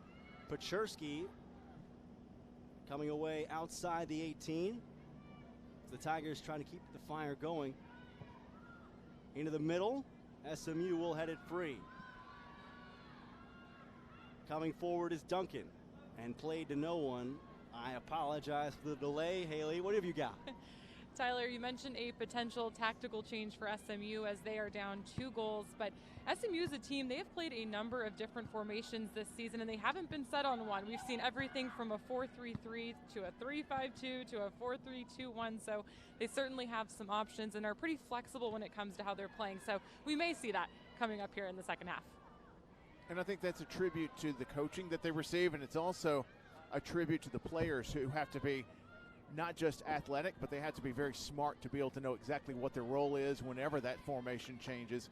And I think that's a credit to the whole system that Chris Petroselli has in place at SMU, not unlike what we see with Brooks Monaghan at the University of Memphis, who also has some flexible athletes as well.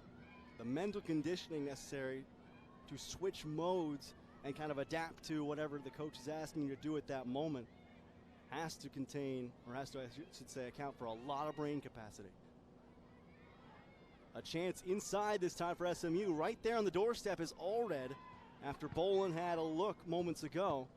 But again, the Mustangs just not quite enough to put together a chance. And to speak more to what you were talking about, I think it also, when you talk about having to be flexible in the formations, that also means some players have to get out of their comfort zones for what they're used to, what positions were their strong suits in high school ball and in club ball, to be able to adapt and to and sometimes it's for their better. Sometimes they will discover that they found something that they couldn't do. It stretches them and helps them to not just grow as a player, but also as a person as well. There's a lot of benefit to that if you have the right athletes with the right mentality that can do that. 3 goals tonight for Memphis.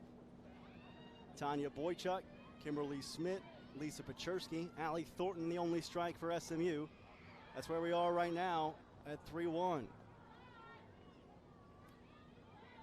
A flag goes up just as SMU made a break for it. Hannah Allred up to the front. She was offside by a good 2 steps at that point. The deflection was the flick on was the problem. But you see what they're trying to do too. They're trying to play some diagonals in between 2 Memphis defenders. Memphis, very rarely in the center will you see them play one-on-one defense. Laracy has the necessary wheels and a knockdown at the top of the 18. This is going to go SMU's way. Memphis defense, you'll watch, if you see them in the middle, oftentimes Smith will funnel over to Duncan and vice versa in forcing a player to go into another player or over toward Maya Jones or perhaps on the wing to Stacia Mallon. They play a lot of team defense, and Brooks Monaghan and Johnny Walker pride themselves, and Lizzie Simonin pride themselves on having a team defensive mentality. It's not just a good goalkeeper or just a solid back four. They play all as one. Savasco could not connect with Allred, who was backing up rather than coming to the ball. Murphy.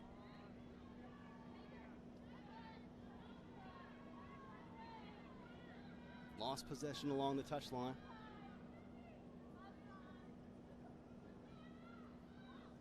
This Memphis team, 7 appearances in the NCAA tournament, 6 conference titles. Claire Avery from the right flank. Avery dispossessed. Torres the other way. SMU on the counter. Torres ahead. Allred there, intercepted by Emma Hooten. And the Tigers clear. For Emma, that's just keep it simple. If you take a swing at that and you shank it or you miss it, you've got Hannah Allred through to goal, and you do not want that. She's got 5 goals on the year. In fact, that front line between them or among them have 22 goals. Ahead for Laracy and the flag up.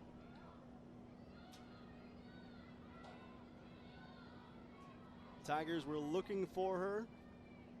They have been looking for her this evening, but Mallon's attempt there to put it through with Laracy on a run goes begging. Oh, you can see she wants to get in on the goal scoring tonight. Her teammates have gotten in on the goal scoring.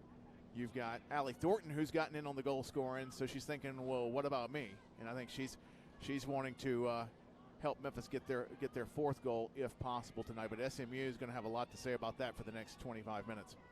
Allie Thornton. 1v1 with Houghton. Thornton to the middle, Boland there, struck toward Moberg, a great flick on, but SMU comes away with nothing. Tremendous job by Jewel Boland to get that one to the foot of Isabel Nashmi. Just could not quite get it to a place that challenged Moberg.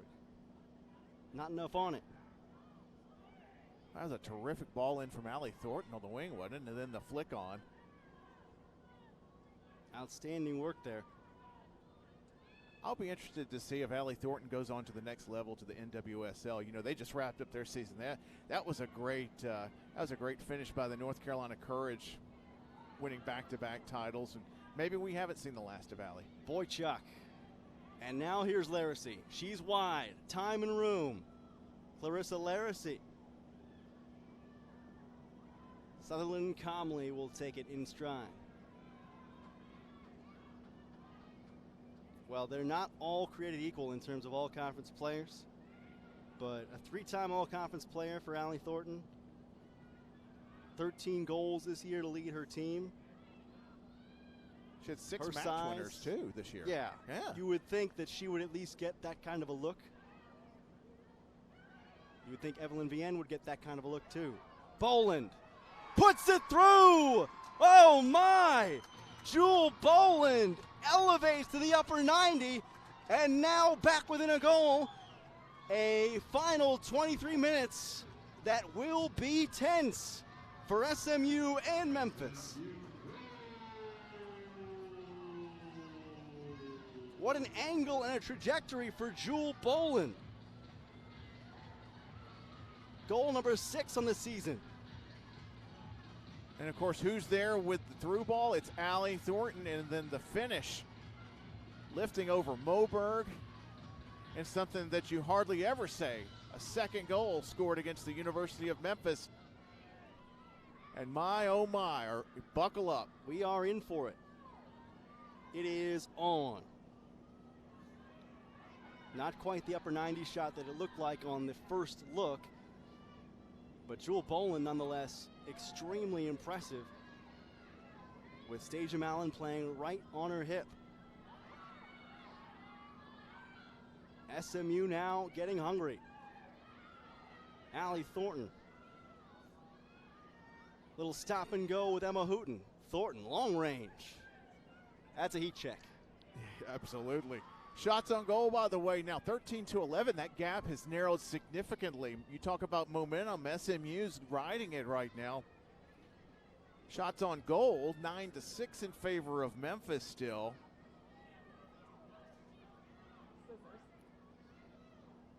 Chris Petroselli thinking that his side didn't play all that poorly in that first half. And look where they are now. That's interesting. We just saw Kimberly Smith take the goal kick instead of Moberg. I think that's a first tonight. First that I can recall, as Boychuk wheels upfield. She's been bumped about 5 or 6 times. Is it actually physically possible to knock her off of her feet? It is. It takes a lot. The problem doesn't seem to be knocking her off her feet. The problem seems to be that SMU has to deal with her once she's back up. That's a good point. It's a good point. It has been a rock'em sock'em game this evening in Memphis. 5 combined goals. Clarissa Laracy gets free. To the middle, Laracy off target. And no goals from that one this evening, with 15 entering this match. They've done SMU have done a terrific job keeping her off of the scoreboard through, well, almost 70 minutes thus far. Mustangs with a little momentum, thanks to a Jewel Boland goal.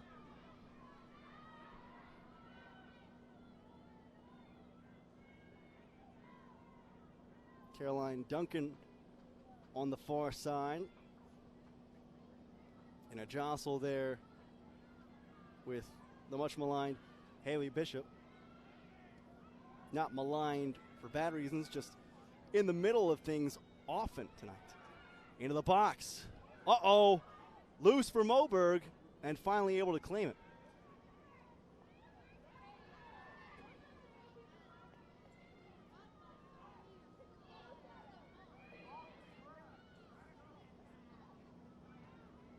I don't know what I'm more surprised by, the fact that she didn't get the ball in the first place, or the fact that she somehow found her way back into the scrum to recover the loose ball.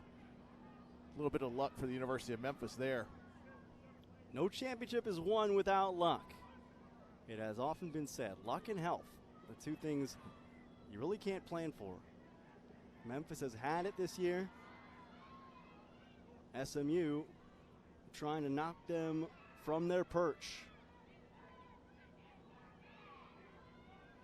Jewel Boland and Allie Thornton, the go-to scorers on this team, striking for SMU this evening. Here's Thornton once again.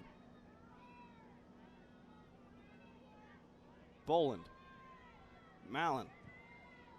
No way.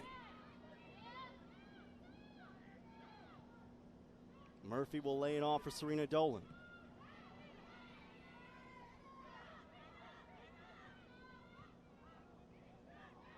Dolan harangued, and I think this is going to stay in Memphis possession despite the protestations of Celiana Torres.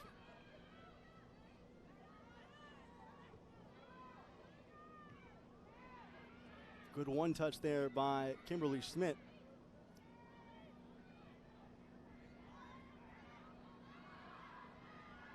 Sabasco. Forward for SMU. A chance here, but a good deflection by the Tigers. Keep Isabel Nashmi from doing damage.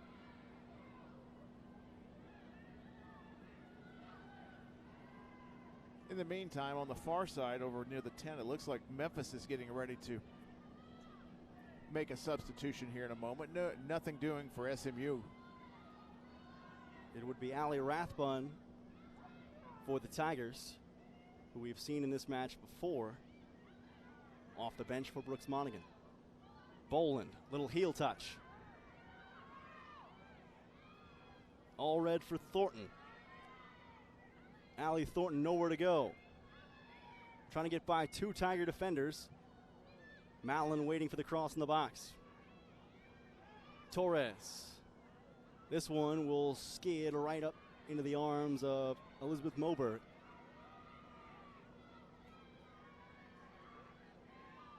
And a pause for just a moment with under 18 minutes to play. Memphis up 3-2 in a back and forth contest that has been nothing if not frenetic and physical. Saw Laracy fly across the ground there. I think she might have been inadvertently tripped, but you can't say she hasn't been tracking back and doing all the things necessary to create some opportunities for the Tigers tonight, but just not on the scoreboard yet. Look at Allred locked up on the left side of the box with Claire Avery.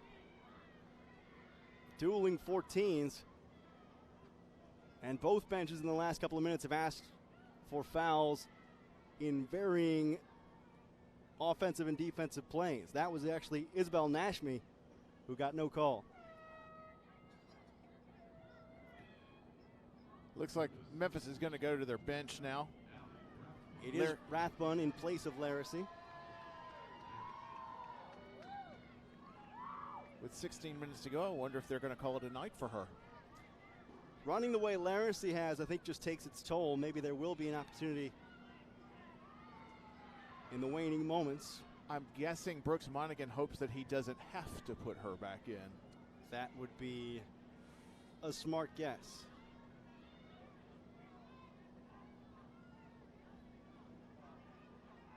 This SMU side has given these Tigers fits this evening.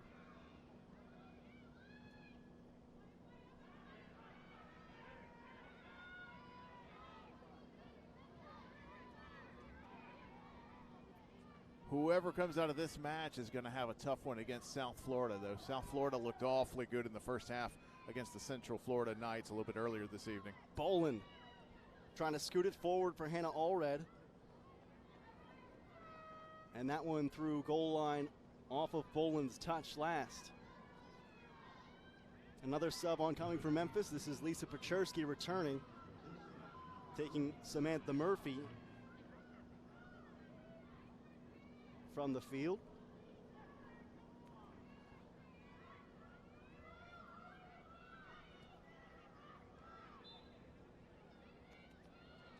Smith with the goal kick again.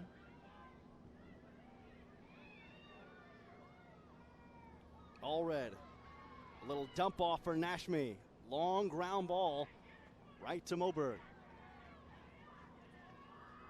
I'm not sure that Brooks Monaghan ranks halves in terms of his heart rate, but this has got to feel like one of the longer, more taught halves he's had to coach in a while. That third goal, it seemed kind of innocuous at the time, but could very well end up being the difference. Kimberly Smith right now stands to have the difference maker. I just find it hard to believe, though, that there's not going to be a little bit more to be said by Allie Thornton and the front line for SMU, though. Tigers coming forward with Rathbun, trying to work it upfield there. Denied the satisfaction. We are into the final 15 minutes here in Memphis. Jewel Boland. Hannah Allred. Allred, the keeper to beat. Moberg, a touch against it. Allred toward the goal mouth, headed out by Kimberly Smith. You talk about right place, right time. Moberg did her job. Kimberly Smith did her job. Team defense again saving the Tigers. And a deflection here, I thought. Allred, so close. Chipped it from the byline, and Smith was right there, ready to head it free.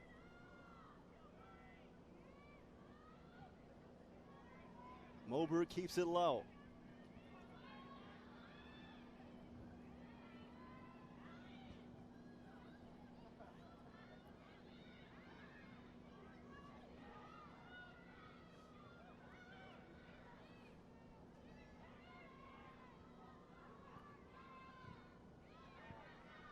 Emma Hooten getting in the way of the offensive efforts of SMU's Allie Thornton.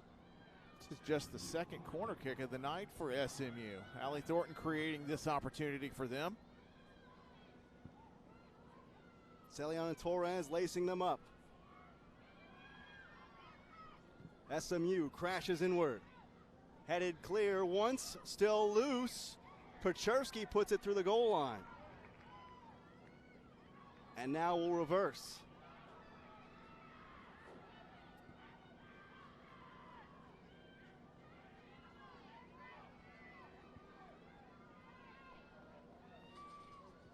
Sabasco.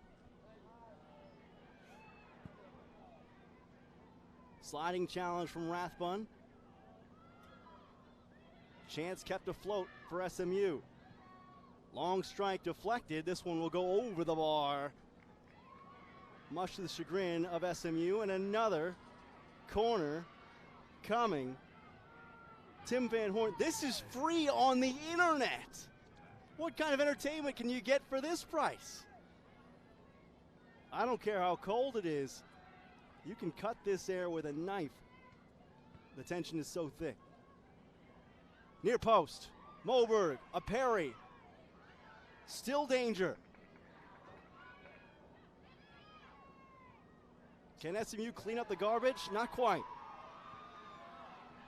And a cheer let loose from the Tiger faithful here in Memphis to weather that challenge.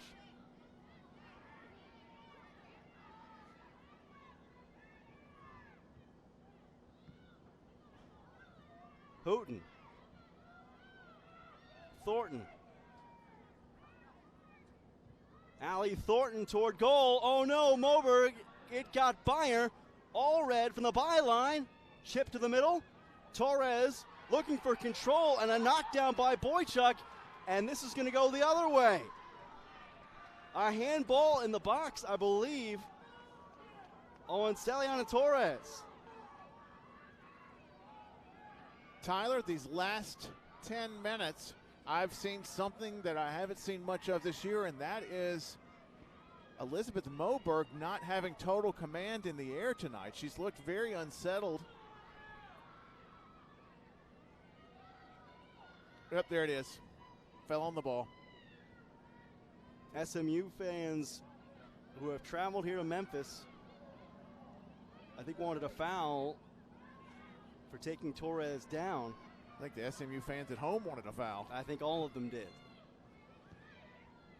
But Elizabeth Moberg, who has looked so in command all year, thus all the accolades she's received, I think SMU has had a terrific game plan the last 10, 15 minutes, and that sent it in because I'm not so sure Elizabeth Moberg is on her A game when it comes to confidence tonight, because we've seen her struggle on a lot of aerial balls, which are typically her forte.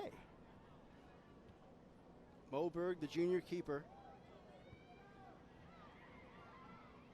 Preseason all-conference. And has been solid at the back for the Tigers this year.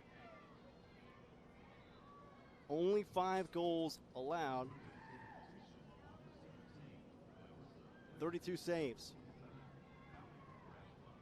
But we've seen her on 2, 3 occasions flapping at balls in the air that are typically ones where she's positioned herself for an easy grab. Not so much tonight. SMU is putting a high amount of pressure in the air against her. All red. Again and again, they have battered the Memphis back line. Maybe the wood is splintered, but the door is held. Boychuk rambling forward. Tanya Boychuk laying it off to her right. Could not make the connection to Clarissa Laracy. Keep an eye on number 8, Lisa Pechersky, here at the bottom of the screen. She may have a shoulder injury. Pechersky moving a little gingerly out of the camera frame as the ball goes to the left side of the box. Jewel Boland trying to touch with the backside of the heel there, it looked like. Here's Pechersky. And now Torres will keep it away from the Tigers. Good intercept by Dolan with the aggression. Boychuk ahead for Clarissa Laracy, who has re-entered. 8.5 to play here in Memphis. A goal separating SMU and the Memphis Tigers as Thornton gets knocked off her feet from behind by Caroline Duncan. Tactically, that might have been a smart foul by Memphis because that slows things down, allows them to reset, form a line. We'll see if SMU tries Elizabeth Moberg again by launching this inside the 18-yard box.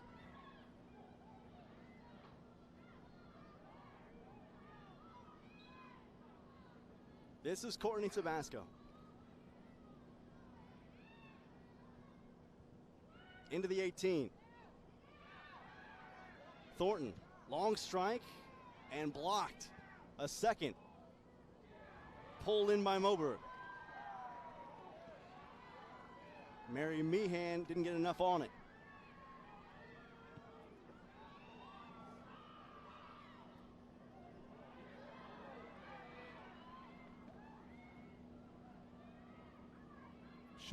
The shots now are even at 14 apiece. Shots on goal 9-7 still in favor of Memphis, but it's been a while since they've had a crack at the SMU keeper.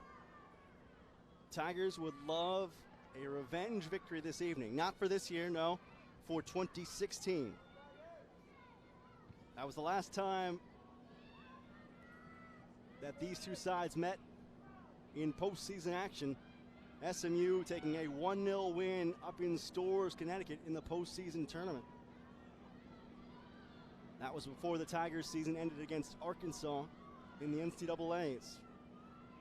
But SMU in 2016 knocked the Tigers from the path to an American Athletic Conference tournament title.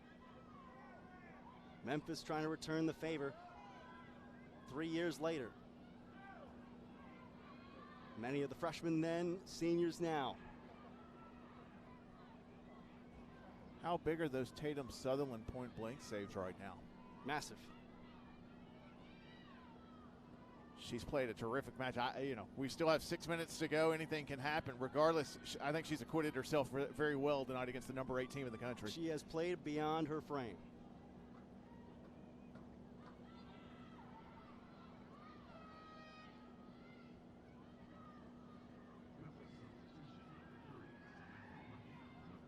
If you lined up the 4 keepers side by side that are in these semifinals, you said, which of these is not like the others? It's Tatum Sutherland. She just doesn't have the size to compete with the likes of Moberg or Martinez or Delisle, but she has been gutsy this evening. And with 5:40 still to play, she may be needed yet again. Ball in the offensive third for Memphis. Tigers looking to put the match away. That's a great point because I know a lot of folks that maybe tuned into this didn't see the first match, but I thought Delisle with Central Florida on the losing end was terrific. I thought she was great. We've seen a high standard of play in both of these matches, really not just from the goalkeepers but from the outfield players as well. Sutherland rocks it forward.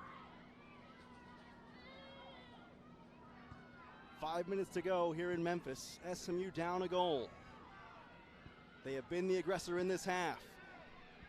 Here comes a chance. Thornton, ground-born, and Moberg. Tough enough.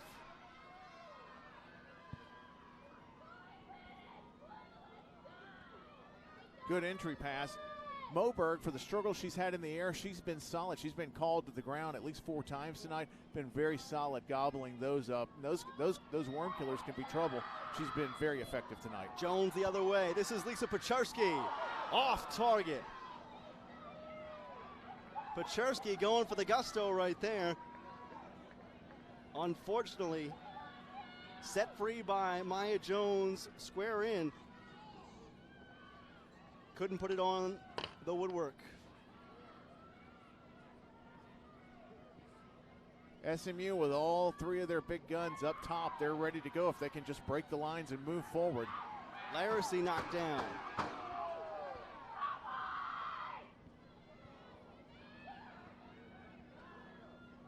Pacharski, and this will be a foul. Catherine Heron, who's been at the center of conflict throughout the evening. And SMU just caught a break there because the official stopped the clock with Pacharski slow to get up, so they're not going to be able to burn off an extra 15 to 20 seconds. Big break for SMU there. The team that's loving this the most, South Florida. USF will face one of these teams, but whichever one comes out alive will have been beaten up pretty well. Mallon's long ball in, taken by Sutherland. Not a bad idea. We've seen those knuckle in the past and end up in the back of the net. So urgency with 3 minutes to play. Boland. Taken away by Dolan. This is Pacharski. Wanting to turn and run, giving up. Jones. She's been quiet in the second half. You know, we had that big first half, really. Maya Jones and Haley Bishop going at it in the first half, but they're going at it there. Yeah, there's part due. The encore.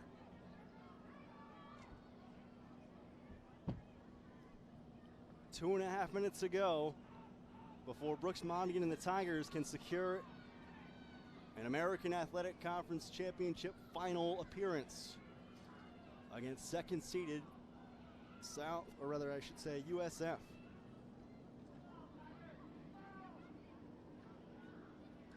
And SMU has given them all they can handle. Yeah, absolutely. And whoever wins is going to get to play on a beautiful afternoon. All the meteorologists in town are swearing up and down it's going to be 60 degrees at kickoff. Here in Memphis? Are you sure? You're talking about Memphis, right? Sure doesn't feel that way right now. Time will tell. Clarissa Laracy with time. Oh, and she had Pachersky streaking down the back post, too. Didn't see her. If she'd have waited a heartbeat, she would have had an opportunity. 90 seconds to go.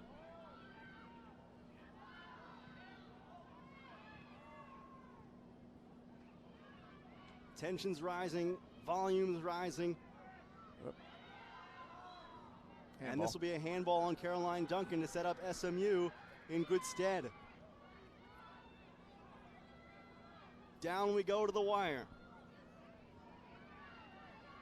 Memphis, the top seed, trying to hang on in this American Athletic Conference semifinal. They'll bring Sutherland forward for a numbers advantage.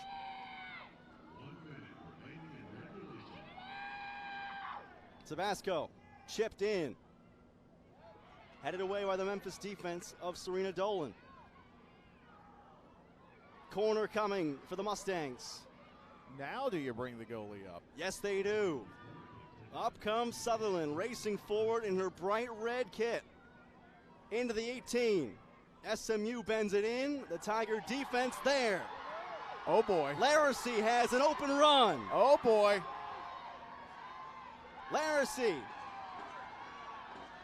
Sutherland to beat. Laracy will send it through. And Memphis will go forward into the final. A capper for a 4-2 Memphis victory. Surely the Tigers will take on USF on Sunday with 14 ticks to go.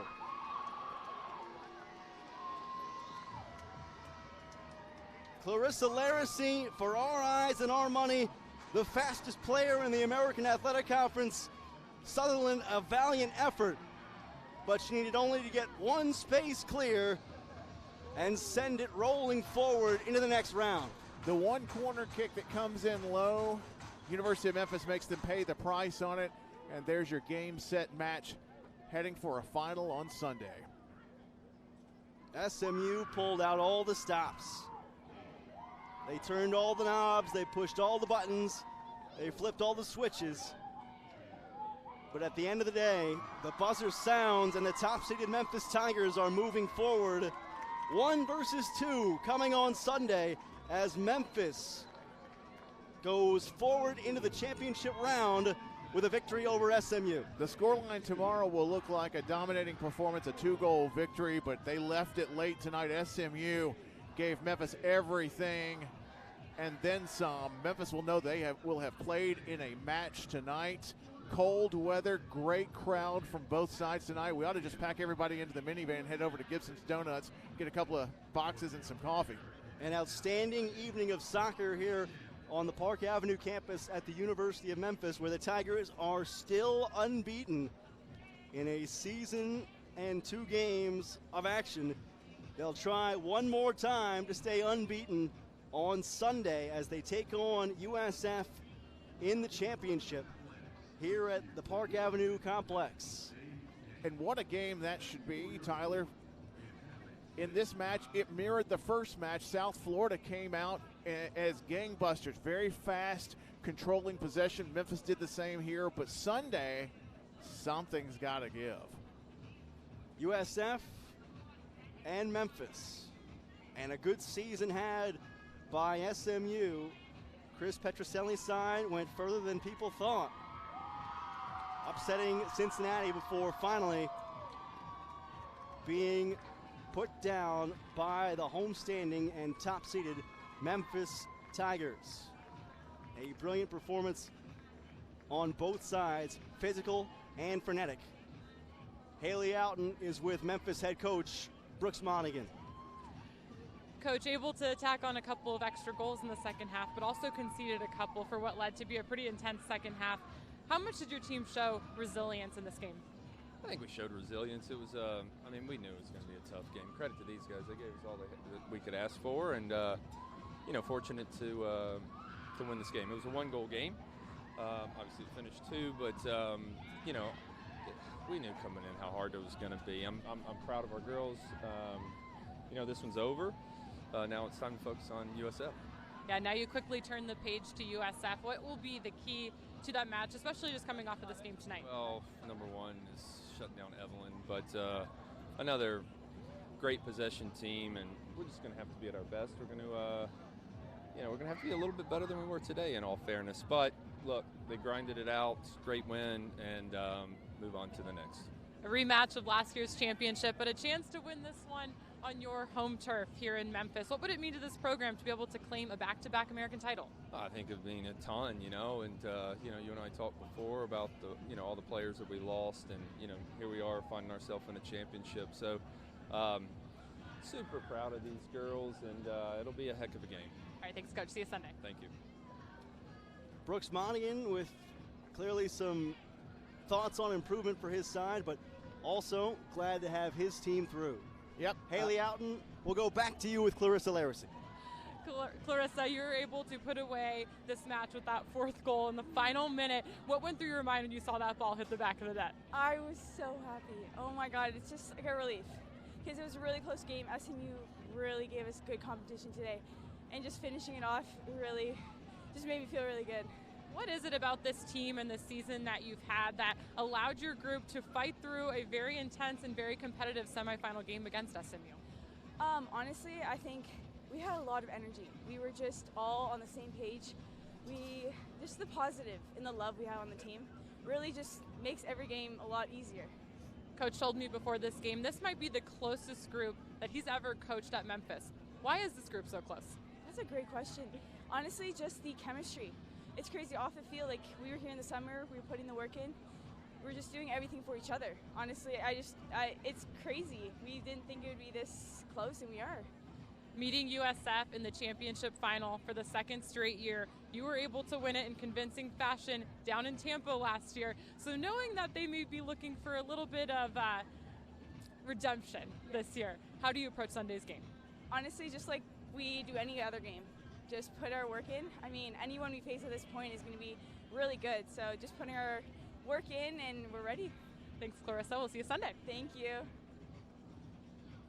All smiles for Clarissa Laracy after that capper goal to finish out a 4-2 Memphis victory very late. Had she not scored on that one and taken that shot, SMU would have ended up out shooting Memphis. It ended up 17-17. The final here from Park Avenue in Memphis, Tennessee.